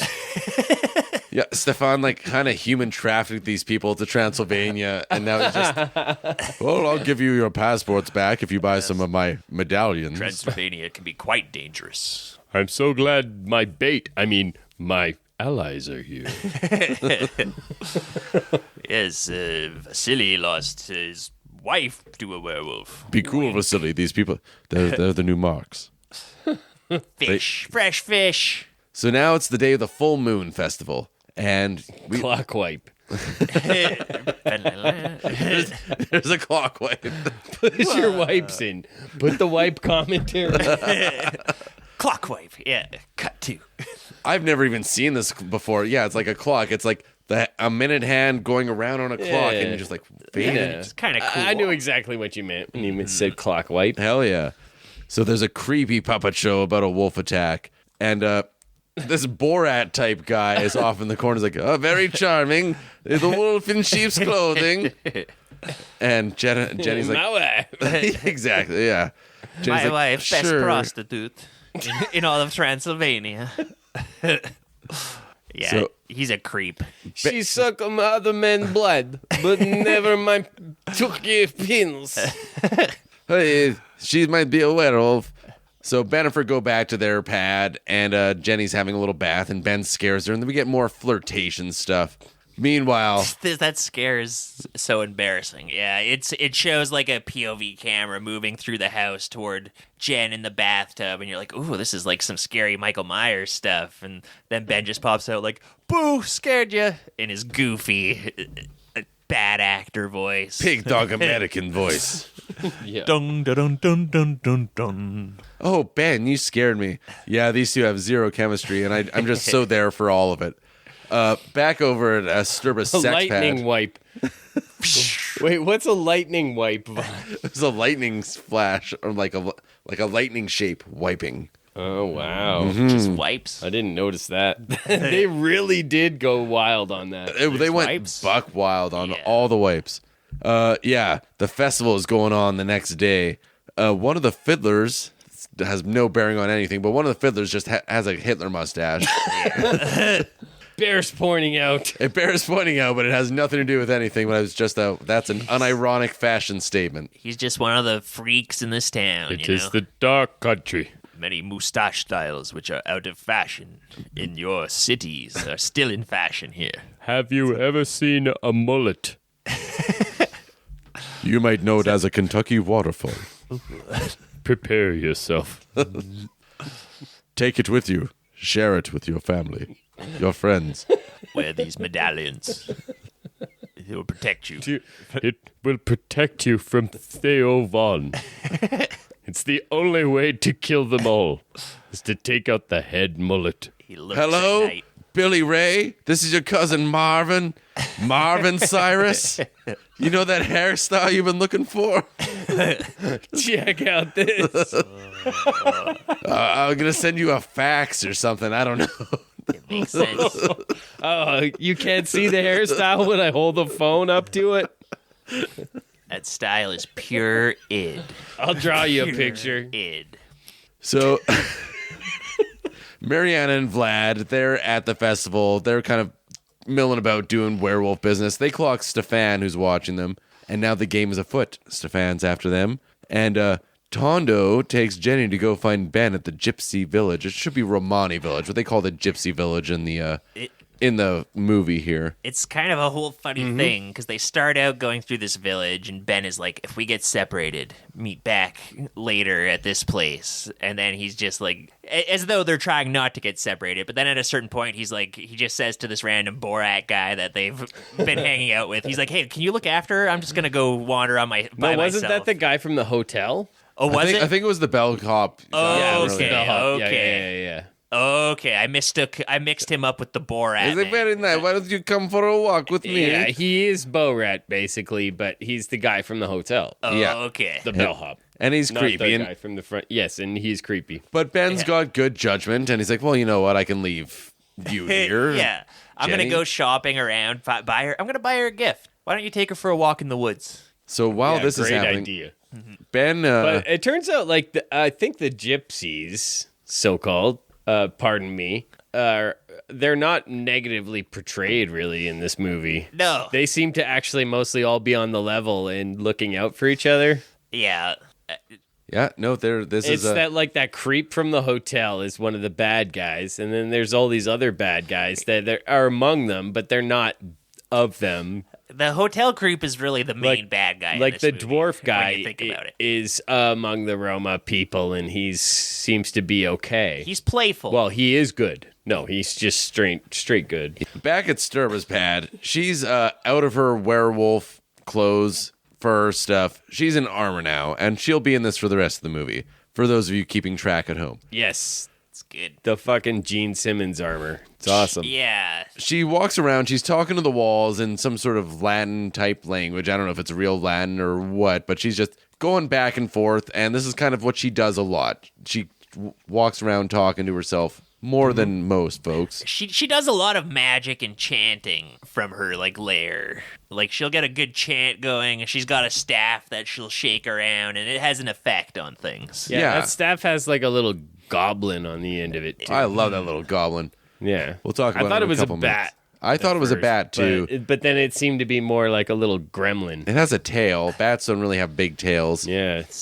I don't know what to make of it, but I love it. I need a Love it. crypto Love soul. her. Love it. her look. Yeah, She's very so hot. Fucking It's so fun. Queen Sturba. And she's I'm got bowing. the same thing as the other werewolf lady, where she's just very confidently can pull off these outlandish looks. Like she's got a good strut. Well, if I looked like Sybil Danning, Yeah, true enough. I would confidently strut around in whatever the fuck I wanted to and knock it out of the park. Yeah, she's a 10 out of 10. yeah. I don't like to assign numerical ratings to people, but yeah. But we'll do it. We'll make an exception here tonight. So she's walking around talking to walls, and she finds out that Stefan is in Transylvania. And while this is happening, Ben has teamed up with Vasily, and they're going to sneak into Sturba's compound, which they had zero issues finding. They acted like it was the most hidden place on Earth, but like everybody in the world knows where it is. And it's walking distance from town. Yeah, it's a giant place. It's right there. Everyone knows where it is. I'm sure Stefan's probably got several photo albums. He's been taking pictures of this place for months now. He's a picture guy. He's been doing the work behind the scenes. He's wearing her down. So there's a guard. There's a couple guards. There's a werewolf in the woods, and there's some guy wearing a guard's uniform walking around. And Vasily... Exactly. Exactly. And one of the werewolves smells the guys. And Vasily pulls out a knife and fucking just murks this guard guy from... He's good. He gets the guy in the throat with a knife, and the guy like doubles over. Then he runs out with his big mace Morning Star thing and bashes him on the I head. hate using throwing knives in video games. They never land right. Yeah, They're the worst. I'm an arrow man. Well, this Yeah. Vasily guy's Arrows a pro. or tomahawks. Yeah. Oh, those are good. That's good for Yeah, splitting a skull. Vasily's really good at this. Ben's got a, This Ben's is seen fun. some action. You just fucking love this guy right away because he's out here murking guys, Yeah. doing stealth kills, And That's he's the laughing funnest. about it. He's having fun. When he's having fun, you're having fun. Yeah. Yeah, That's it. I So- really love him. He knocks Yeah. this guy's brains out, and Ben's like, well, that's definitely a new kill technique. Yeah, Ben has all these lines, and we haven't taken them down much in the notes, but that's the kind of stuff that he says. He's like, "Whoa, That's a new that happened," or Totally. And he just, they're not giving him much to do, but also he's not doing much with what they're giving him. So it's No. kind of a double-sided fail. Heads you win, heads you lose, tails you lose. So Vasilius should be the main character. I want more from Vasily because he's fucking awesome. Now Ben, I know lame Ben. he's the second best actor in the movie. So Doesn't say a word. Oh no, he does say a word says- later. He says lots of stuff. He says, "I lost my earplug." Yeah. So Vasily gave Ben some special earplugs to put in he doesn't explain why. They're magic. So Stirba, inside her compound, she finds out that Stefan is around. Vlad has come up and told her something that she just found out 2 minutes ago, but we need to go over it again. Stefan. Stefan's there, and they figure out that Vasily and Ben are coming up on the compound. Vlad and Mariana start chasing them, and Stirba starts doing a special incantation. It's like a chant that's getting louder and louder. And I suppose it's like shaking the mountains. It's so loud. Yeah, and during the chase here, Vasily falls over and his earplugs fall out, and now he just starts losing his They mind. can't find him in the forest floor. Yeah. It's too. Ben wants to help him, but Vasily's like, go, leave. And like this fact that werewolves have a voice, Stirba has voice powers that can like make somebody fall to their knees with how powerful it is like the 12th or 14th or 15th new Development. special werewolf Yeah. thing, power, Yeah. whatever that. That's the power I would always just use right away. That's like the best power. You Did can you bring like a whole village to its knees. Did you like Sindel in Mortal Kombat? Yeah, she's got the best power. Way better than Scorpion. I mean, that's wrong, but that's fine. We'll just. It's getting late. We got to keep moving. All right, so Vasily's lost his earplugs. He's losing his shit too, by the way. I lost my earplugs. What are they? He's in great pain. Ben is sort of trying to protect him. Some werewolves come at him. Ben, like a good patriot, stands his ground, doesn't he? Yeah. Well, eventually, like, Vasily's like, leave me, you've got to leave me. And Ben's like, oh, I guess I got to leave you.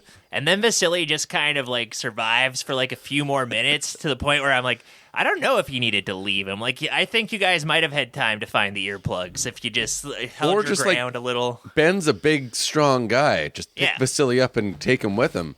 Yeah, you could piggyback him. He's 4 feet tall. He's, yeah. This Czech actor. We just Exactly saw. 4 feet tall.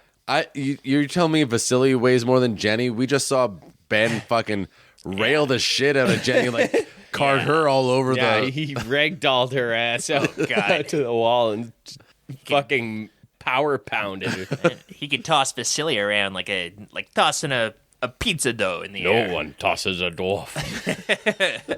That's true. Ben is a bad friend, so he leaves. He's like, peace out. Meanwhile, Tondo is getting really handsy with Jenny on their walk. Yeah, he's like, oh, you'll die, but first you'll taste the pleasure of loving a werewolf. My name is Borat. Hey, oh. Let me make touch with you, American woman. So One day the werewolf escaped from his cage. That's happening. Stirba comes upon Vasily while all that's happening and makes his head explode with her powerful Oh, werewolf just his song. eyes pop out. That's pretty good. Yeah, it's pretty sweet. The chant she's been doing. This resonant chant that just gets louder and louder. I think this is what kind of makes his eyeballs pop. And it's a pretty good effect. You think the chant had something to do with it? I think so. I don't fully understand magic, but I think so. I guess. I don't know. The movie didn't quite spell that out enough for me, but I guess I'll go with you on that one. Yeah. You gotta have faith. Let's cut in the chant so all our listeners' eyeballs pop out. Oh man, that'd I'm be all editing this sweet. one. That sounds like a work. Oh, the great thing is you don't need eyeballs to listen to a podcast. So. Exactly. That's true. And then In we fact, won't be pressured to do Yeah. a video podcast. And we won't have video as competition. Yeah, and nobody will know that we're recording live from the Riyadh Comedy Festival. in the land of the blind, the audio podcast is king.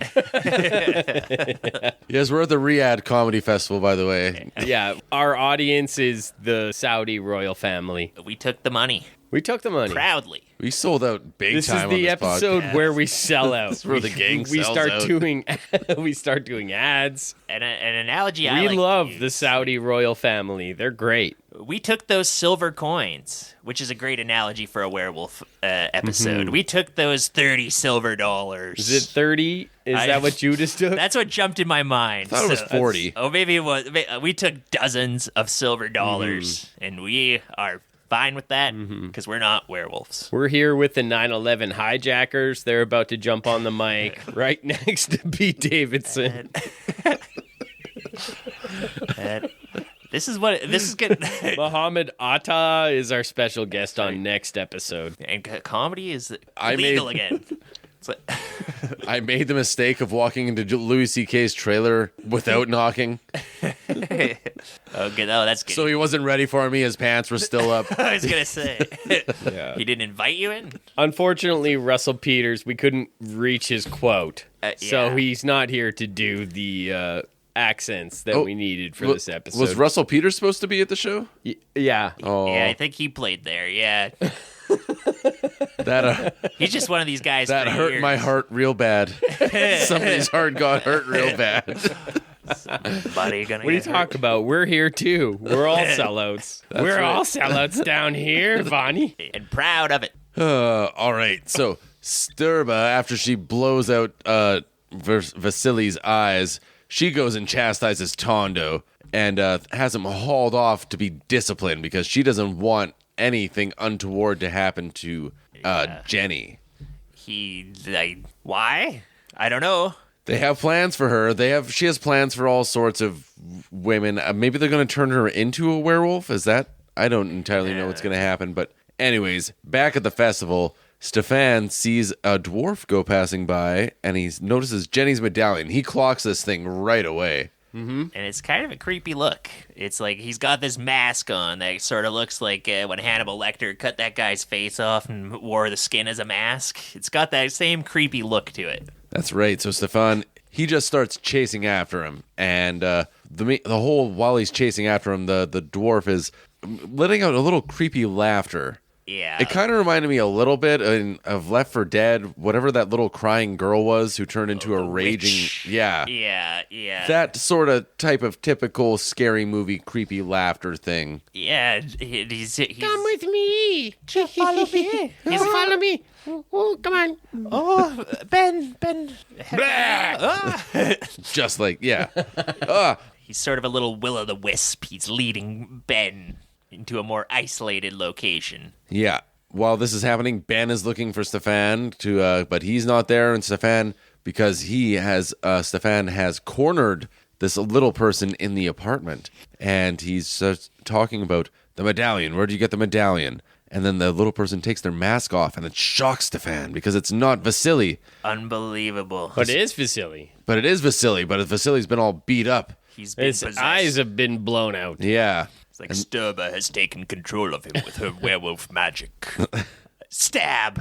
Yeah, the little dude stabs Stefan with a knife, but then Ben shows up immediately and throws him out the window. And we get the slow motion shot of this dwarf going out a window. Which is And then you're like, oh no, is he dead? And then he lands on a bunch of spikes. yeah, Yeah, like a good He gets 5 a or 6 Mortal wrought iron Kombat 2 spikes. fatality. Totally. it's like a wrought iron fence right under the window. Just a bunch of he is smashed and broken on these spikes.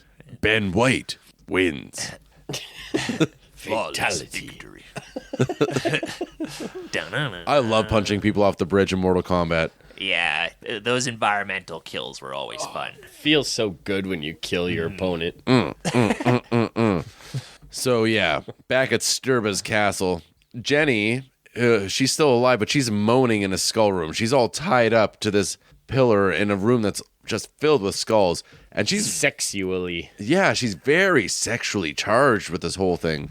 There's got to just be something in the air when you get in a werewolf den. I'm sure the pheromones. In the way. They're sniffing something. Makes you feel all sexual. Yeah, but she's like... Something in the werewolf room tracks me like no other canines.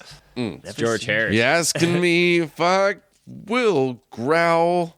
I don't know. I don't know. Traditional werewolf ballads. We love werewolf songs around here. So Vlad starts chanting, and he annoys Jenny and tells her that later he's going to come back and turn her, and she's going to know all sorts of pleasure, don't you know? Mm-hmm. Jenny's not too happy about this because, but this explains, like, while he's anointing her with blood, don't you know? Yeah. Because the next time we're going to see Jenny, she's going to be completely caked head to toe, and will be for the rest of the movie. When you're doing a dark magic ritual, that's just what blood is involved sometimes. Blood in and blood out. Yeah. I keep my wife's blood and lock it around my neck. That's how we stay close. Holy blood. Would you ask Tom Petty about that blood lock around his neck?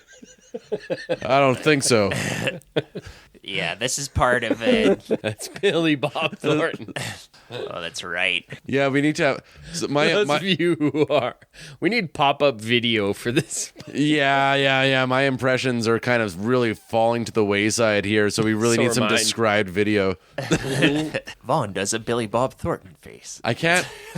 One of my favorite described video moments is in this very house. I was watching South Park with Mitch here, and it was the episode where Randy, with the gigantic shits, with the Keurigs, and Randy took a gigantic shit, and he rose up out of the ground, out of the toilet, and the described video was, Randy rises up on a gigantic brown pillar. Like a gigantic brown pillar of poo. And I was like, oh, this is...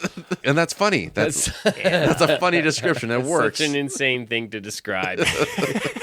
Just imagine being a blind person trying to imagine that. Boy, I love a good prep scene. Strapping up for a siege, loading up all your guns, getting your ammo, getting your weapons ready. Oh, this is great. Yeah. Stefan's got the whole thing laid out. He's got his collection of, like, supernatural weapons. He's got, your typical stuff, silver bullets. That's what Ben wants. Chrism, the consecrated oil.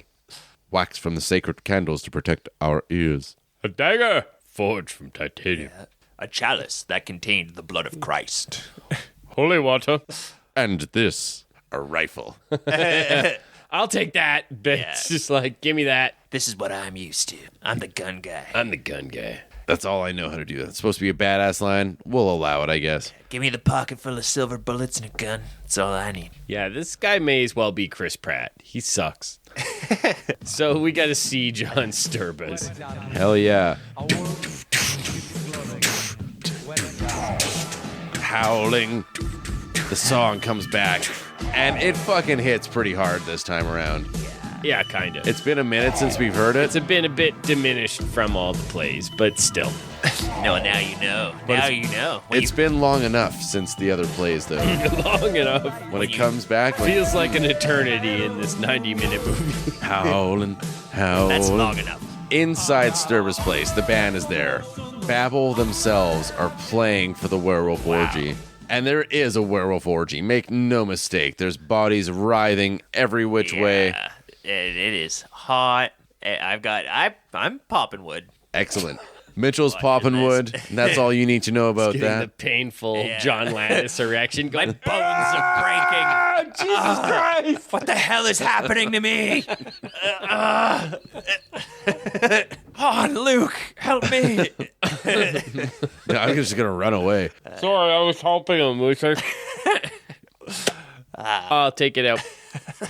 Is there another way to help, Mitch? No.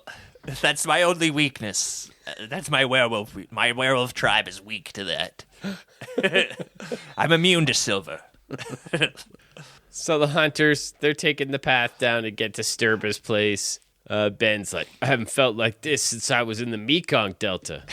So nice we get that little bit of... Yeah, so he's a vet, I guess? Yeah, a little bit of character development in the 11th hour in this movie. It's about as much as he ever gets, so... I guess he should have been like a Rambo from the start then. Like, I love guns. I know how to use every kind of gun. I was in the Mekong Delta. It's like, is that what he was written to be? Oh, he has a gun in pretty much every scene. Pretty much, yeah, that's all he does. I guess that's... man, his character makes a lot more sense to me. Right? Yeah, once you kind of start digging into the context a little bit and digging a little bit deeper. He should have had a bandana. I did a little motorbike trip through the Mekong Delta last year. And now I get to say shit like this. When I was in the I feel like I'm back in Delta. the Mekong Delta. I guess that's all Ben probably did too. There's no evidence he was a non-vet. Me and Charlie, eyeball to eyeball, while I was paying him money while I used his gas station and bought some lunch off of him.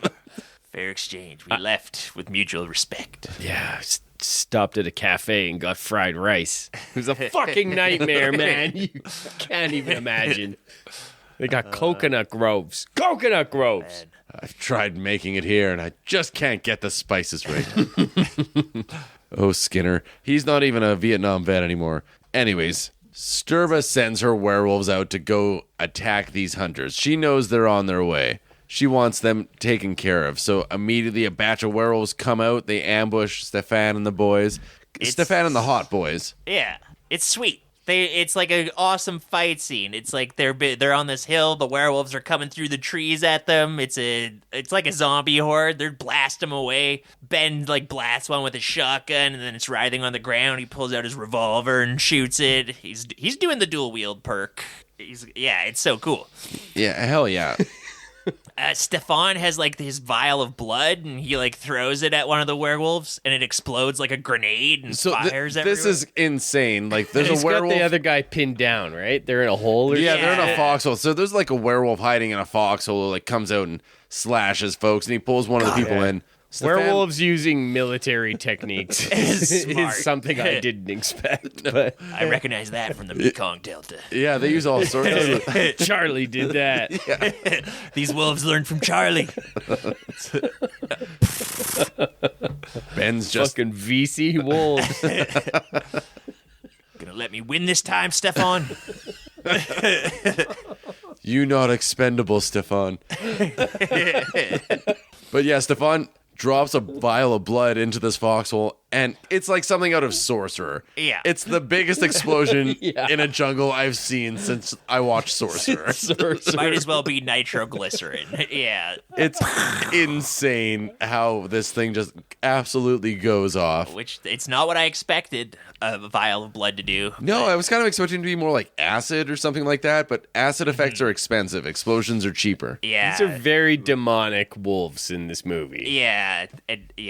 I've never seen holy water make a werewolf explode before. No, I like it though. The more weaknesses, the better. One thing I really liked about this whole sequence is that Christopher Lee is just unloading on them before he goes all holy water or holy blood. He's just got a shotgun. He's pumping their guts full of lead with his shotgun. He's got the gun action. I love Christopher Lee so much. It's like him and Ben are almost back to back at certain points. Like, I'll just shoot. I think we referenced it briefly, but it should be noted Christopher Lee is a veteran, or was a veteran, Yeah, of World War II and had a bunch of confirmed hand-to-hand kills. So, yeah, one of my favorite tidbits, one of my favorite trivia bits from Lord of the Rings was Christopher Lee corrected when Sauron got stabbed in the back. He corrected the direction where he's like, basically, he's like, that's not the noise he should make. When someone gets stabbed in the back, it's more of like it's not much of a gasping sound. And he had been there firsthand. Yeah, I think he was an SAS guy, which is like I think that's a pretty good kind of guy to be. That's a pretty good soldier. Well, he lived to tell the tale. That's true. And he seemed to be a reasonably sane person. pretty well adjusted. Yeah. Yeah. All things considered. So good for him, man. Yeah. Yeah, we love Christopher Lee.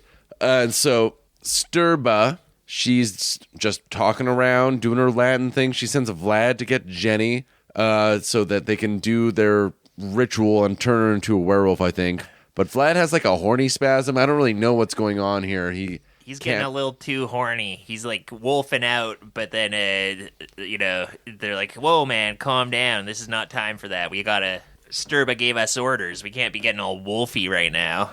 So he's doing this fun thing where he's like walking, trying to complete the tasks while also wolfing out, and he's kind of writhing around and contorting. And again, I think it would be fun as the actor to do this. Oh, hell yeah. Mariana's kind Fun of as coaching the him actor. through it. It's insane to watch because you don't know what the Yeah. That's right.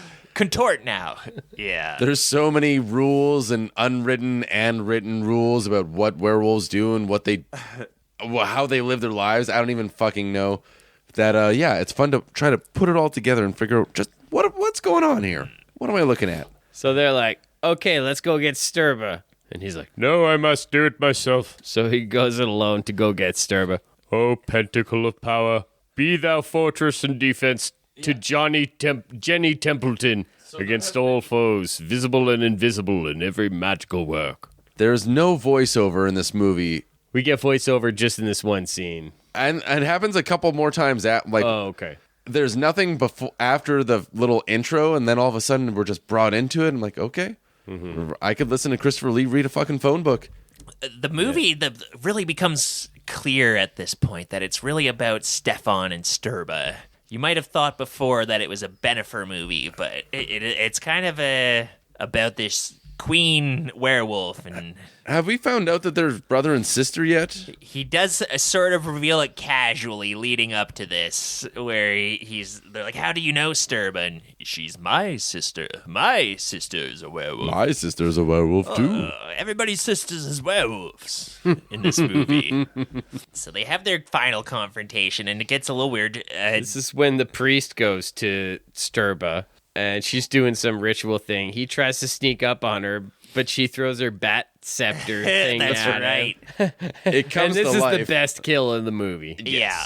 By It's pretty far. cool. Like, it's not even close. There are no special effects in this movie that are even good. And This is the only one that's, like, decent. And again, there's nothing in your knowledge of werewolves that will prepare you for this kill to This happen. gargoyle scepter thing comes to life and starts strangling the priest while also using its ramming its tail down his throat. Fucking his throat. That's pretty sweet. And Yeah. his eyes go all red and blah, blah, blah. He likes it. He's just getting fucked by this thing in his fucking throat It's until he very dies sexual. and there's blood coming out everywhere. It's awesome. It's all Yeah, sexual with these werewolves. It's not just the best kill in the movie, it's like the only good kill in the movie. Unfortunately, this movie could have used a little bit more of that. Yeah. For sure. There's waves of werewolves being blown away in this movie, but it's not like that No. nice visceral gore. Yeah, it's all very...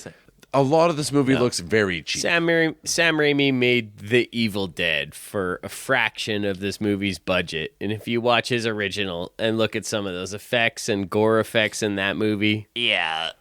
it runs laps around this fucking movie. Like, Oh, yeah. So, inside Jenny's chamber here, Mariana and Vlad are just kind of approaching her, and they're about to unshackle her or something like that, when all of a sudden Ben pops out of nowhere and blows blows Vlad away, and then pulls out, he has his own little titanium shiv. He gets Mariana real good right between the ribs. Boom. Yeah. They're not so hot shit.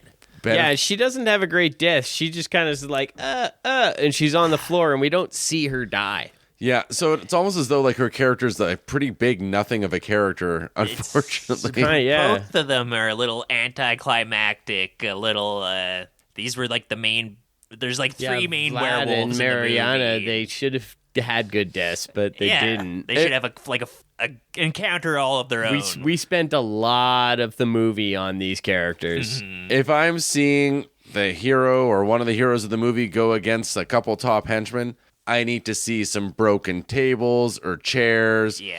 Yep. A couple maybe people need to punch each other in the face a little bit. It's got to the be top henchman should be the best fight in the movie. yeah. Yeah. That's the trope. That should be the toughest fight, and then like the main head guy is always like crafty, or there's some twist to Has it, magic. or whatever. Yeah, Magic. yeah, a little different. You have to combat her with spells and stuff. Movie kind of flubbed on that one. What are you It's gonna one do? of the few marks I have against this. Yeah. Ben takes Jenny away, and now Stefan, he's going in after Sturba. Bound be all demons and powers of adversity from the north, south, east, and west. Bound! Bound be all ill wishers and those that practice violence against the bearer of this. Bound. He goes on, and but he's sneaking up on Sturba more and more, and then finally they're about to have it out, but she turns around, and they have a sweet lightning fight. Stefan, you never could resist me. Which I thought was Never kind of a could weird line. resist. Is this hinting at some Was it set up? Cersei, Jamie Lannister? Stefan, I'm stuck in the dryer. Release me. God. I'm stuck under the coffee table. Can we go one episode No. without referencing stepmom porn? Yeah, Once not the movie stopped doing it, we'll exactly. we'll stop doing it. Not this episode. They have a special effects psychic showdown. They're throwing lightning and stuff at each other, and she sort of puts Stefan into a trance. And she's like, "Now, my brother in blood and in flame, we will be wedded for eternity." Because Stefan stabs her right in the ribs, and then she lights him on fire. Why doesn't he back away? She's lit on fire. I think this is like his final act, you know? This is what the reason he stayed alive all these years. Fuck's sakes, there's plenty of vampires and shit out here in Transylvania. We could use That's you. true, but he's like, this was my sister. I've had enough. This was my personal responsibility, but I can't possibly do another transatlantic flight with Jen and Benny. enough. Fair enough. Kill me, Sturba. So yeah, now And she shall be utterly burned with fire, for strong is Lord God who judgeth her. some nice sweet Bible quotes. It ties in a little with the... Is that a Bible quote? I don't know. Sure. We're close enough either way. So many Bible quotes in our movies lately. And it's sort of like American Werewolf in London, like they were talking about, where only a loved one can kill the werewolf. Stefan is the family member of So true. Sturba, so he has to kill her. Ben and Jen, Bennifer are back stateside, and the Howling song is playing. Ben and Jenny are making out, and we find out that it's now Halloween. There's a knock on their door, and they have a very strange reaction. They're like, "What the fuck's going on?" Oh, right, it's Halloween. Let's go have fun with these little kids. Ben's being a real weirdo about it. Guess he's don't have creepy. candy. You're not ready. They're- Give them some asparagus. When it's Halloween, I'm within like 5 steps of my door. I'm like, I'm just hanging out around the corner because I know I'm going to be getting. Yeah, same. Bennifer are fucking exhausting. They're too much. I would have lit myself on fire too, now that I think about it. If I had to be around them Yeah, Yeah. no for any thanks. period of time. It was a Yeah, happy ending for Stefan. yeah, exactly. The sweet cleansing fire. Get me away from Bennifer. It's burned like a wicker man. It's time to make my appointment with the Bennifer. Burn me. He just willingly climbs into this. You can sacrifice me. They open the door. There's a little werewolf kid. They give him some candy, and they're both a little spooked about this werewolf thing. This was a strange little boy. He looks like the monkey boy from Jumanji. It's so funny because totally, he almost looks like an extra from Planet of the Apes. What a weird looking boy. It's like a Dr. Zaius mask. But way too late, they're like, wait a minute, where the fuck did that kid come from? We're in an apartment building, and whose kid is that? And now all of a sudden they're being weird about it. Makes sense, but then they're like, maybe it's the neighbor across the way. Let's go say hello, invite him over for a glass of wine.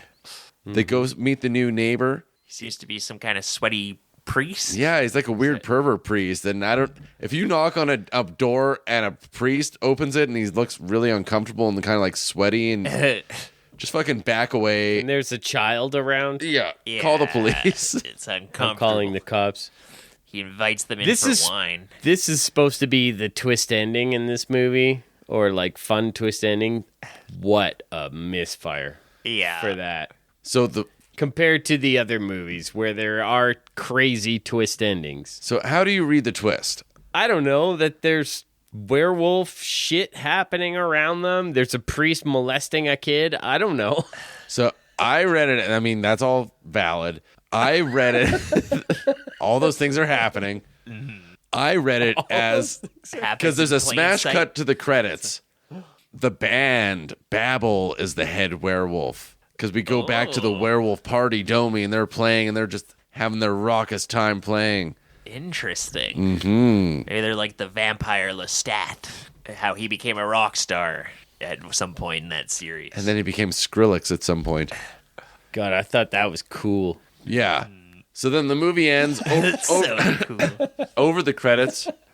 Sybil Danning, they just keep repeating the part where she rips her top open. This is awesome. It's a Victory fantastic. lap. It's the best victory lap. We've seen a few victory laps in movies through the high and low pod, and I think this is my favorite because it just shows that same one contractually mandated tit scene that she had to do, and it just shows it 17 times with reaction shots from every character, every little bit character throughout the entire movie, pulling faces. That's pretty evil, isn't it? very much so. It's like Yeah. using the rule of law to like the worst degree possible. Yeah. Yeah. They're The like, rule, not the spirit of the law. Yeah. They It's like, how can we make her boobs 30% of this movie? Let's just show that clip over and over. And 17 over and over more again. times. Yeah. basically these end credits have I get this must have been the producers putting this together. It totally was, yeah. They're like, I don't know why I bothered counting because I hopped on IMDb afterwards, and you bet your ass that there was like You were half the a first dozen. person. Oh yeah, yeah. people were all too happy to record that trivia. I'm sure. But I did understand where the movie got its name from after, because I was howling laughing at this victory lap here. I was howling laughing the entire fucking way through this movie. Well, I was Howling II. Your sister is a werewolf. Ooh, We talked about some werewolf movies, didn't we, folks? that's right. This wraps up our little pairing that we had here. Last week we talked about An American Werewolf in London, and this week we talked about Howling II. Yeah. Why don't we go around the horn here and see which one gave you the itch to watch more werewolf movies? How about you, Luke? I'd say I feel like we were really rough on Howling 2, and probably rightfully so, but I actually had a really good time watching it. But the clear winner here for me is American Werewolf in London. That's a really tight 90-minute horror movie, and if I can take just 1 minute to rant about what it made me realize about what makes a great horror movie versus just an okay or a good horror movie, is the economy of the storytelling. The more you're packing in all of these characters that we don't care about, a bunch of fucking white people and all this convoluted plotting, it just takes you out of it. It's not scary. It's not fun. It's not good horror. It's true. To be good horror, and like when we did Creature of the Black Lagoon, that was the biggest knocks against it, was just a bunch of fucking white people just talking to each other. And Yeah. that was all that was wrong.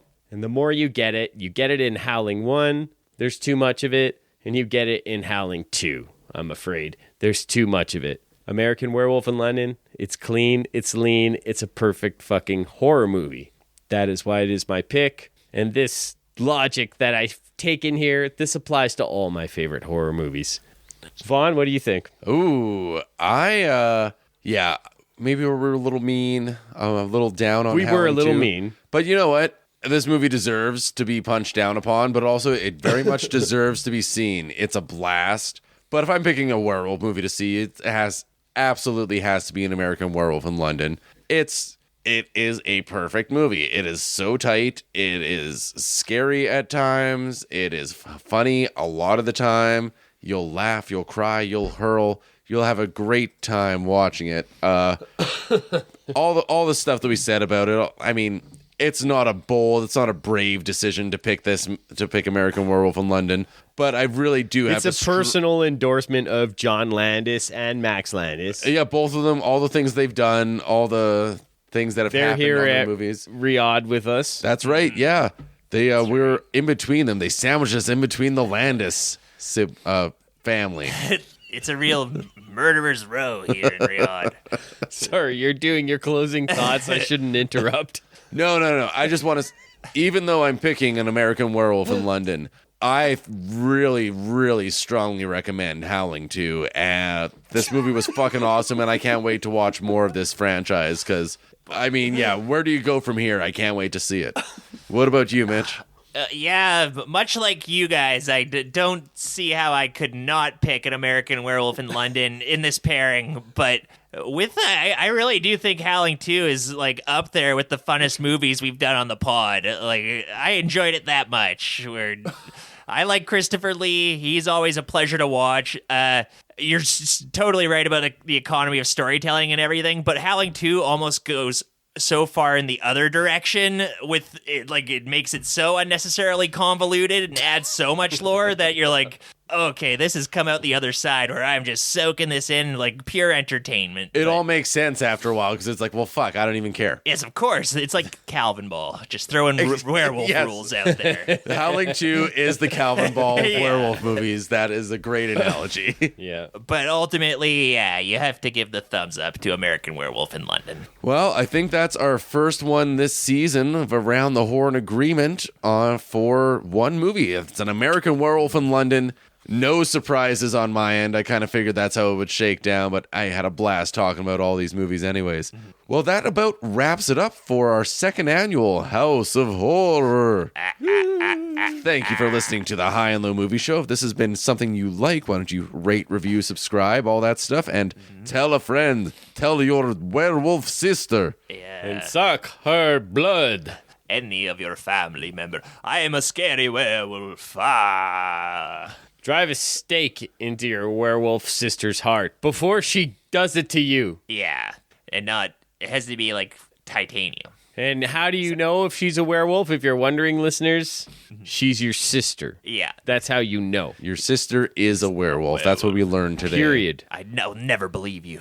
If you just know somebody who's just waiting for your buddy to show up from America, you're just hanging out in a church all the time, waiting for something to do, well, throw a podcast their way because I'm sure they're bored as hell. Hey, if you want to check on that sweaty priest who lives across the hall from you, Ugh, don't do it. just actually check on him and make sure there aren't kids coming in and out of there. But Bring a friend with you, too. Don't do it by yourself. Yeah.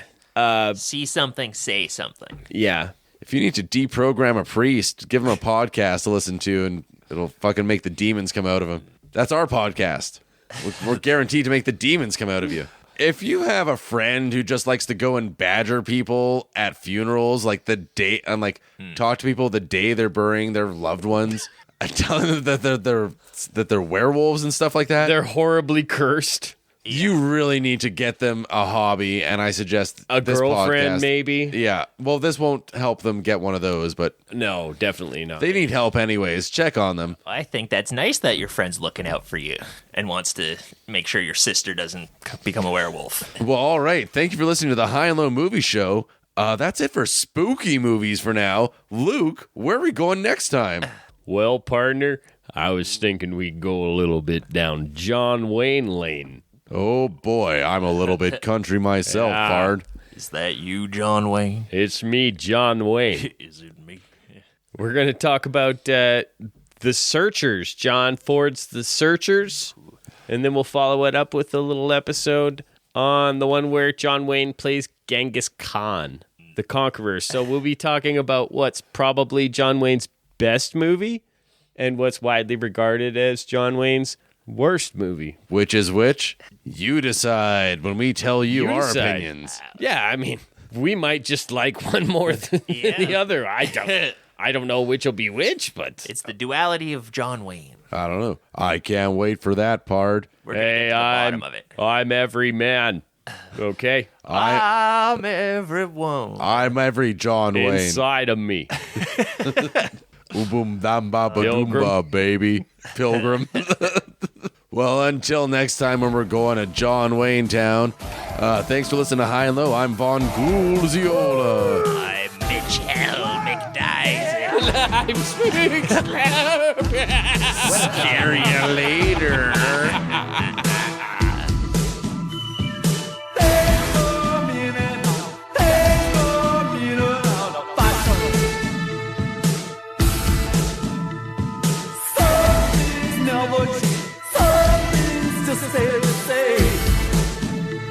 Waiting, and the forest looks so green again. And I wish at your feet again.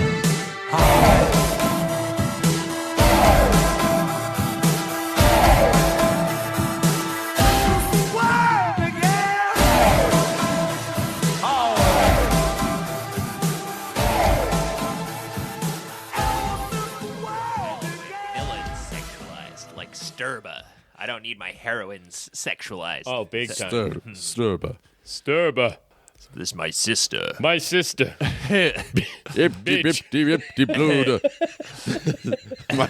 sister's a bitch. Sturba. You must be talking about my bitch sister, Sturba. I'm being quite literal. It's so funny that was the other subtitle for the movie. Yeah. Sturba, werewolf bitch. Yeah. But it has a different connotation in the wolf community. The two, marketing Putting team. Sturba in the title is crazy on its own. Marketing team, go home. I need each of you to come back to me with a title. We need a subtitle for this movie. Okay, what do you got? Okay, my sister is a werewolf. Your sister is a werewolf? Okay, fine, I guess. What about you, Team B? Sturba, werewolf, bitch. What if she's a bitch? That was a joke suggestion in the suggestion box. I guess- can't believe they ran with it. I guess we're going with your sister is a werewolf. Except in some markets. Yeah. That's right. Depends where you Sturba can get away with tested it. better in other markets.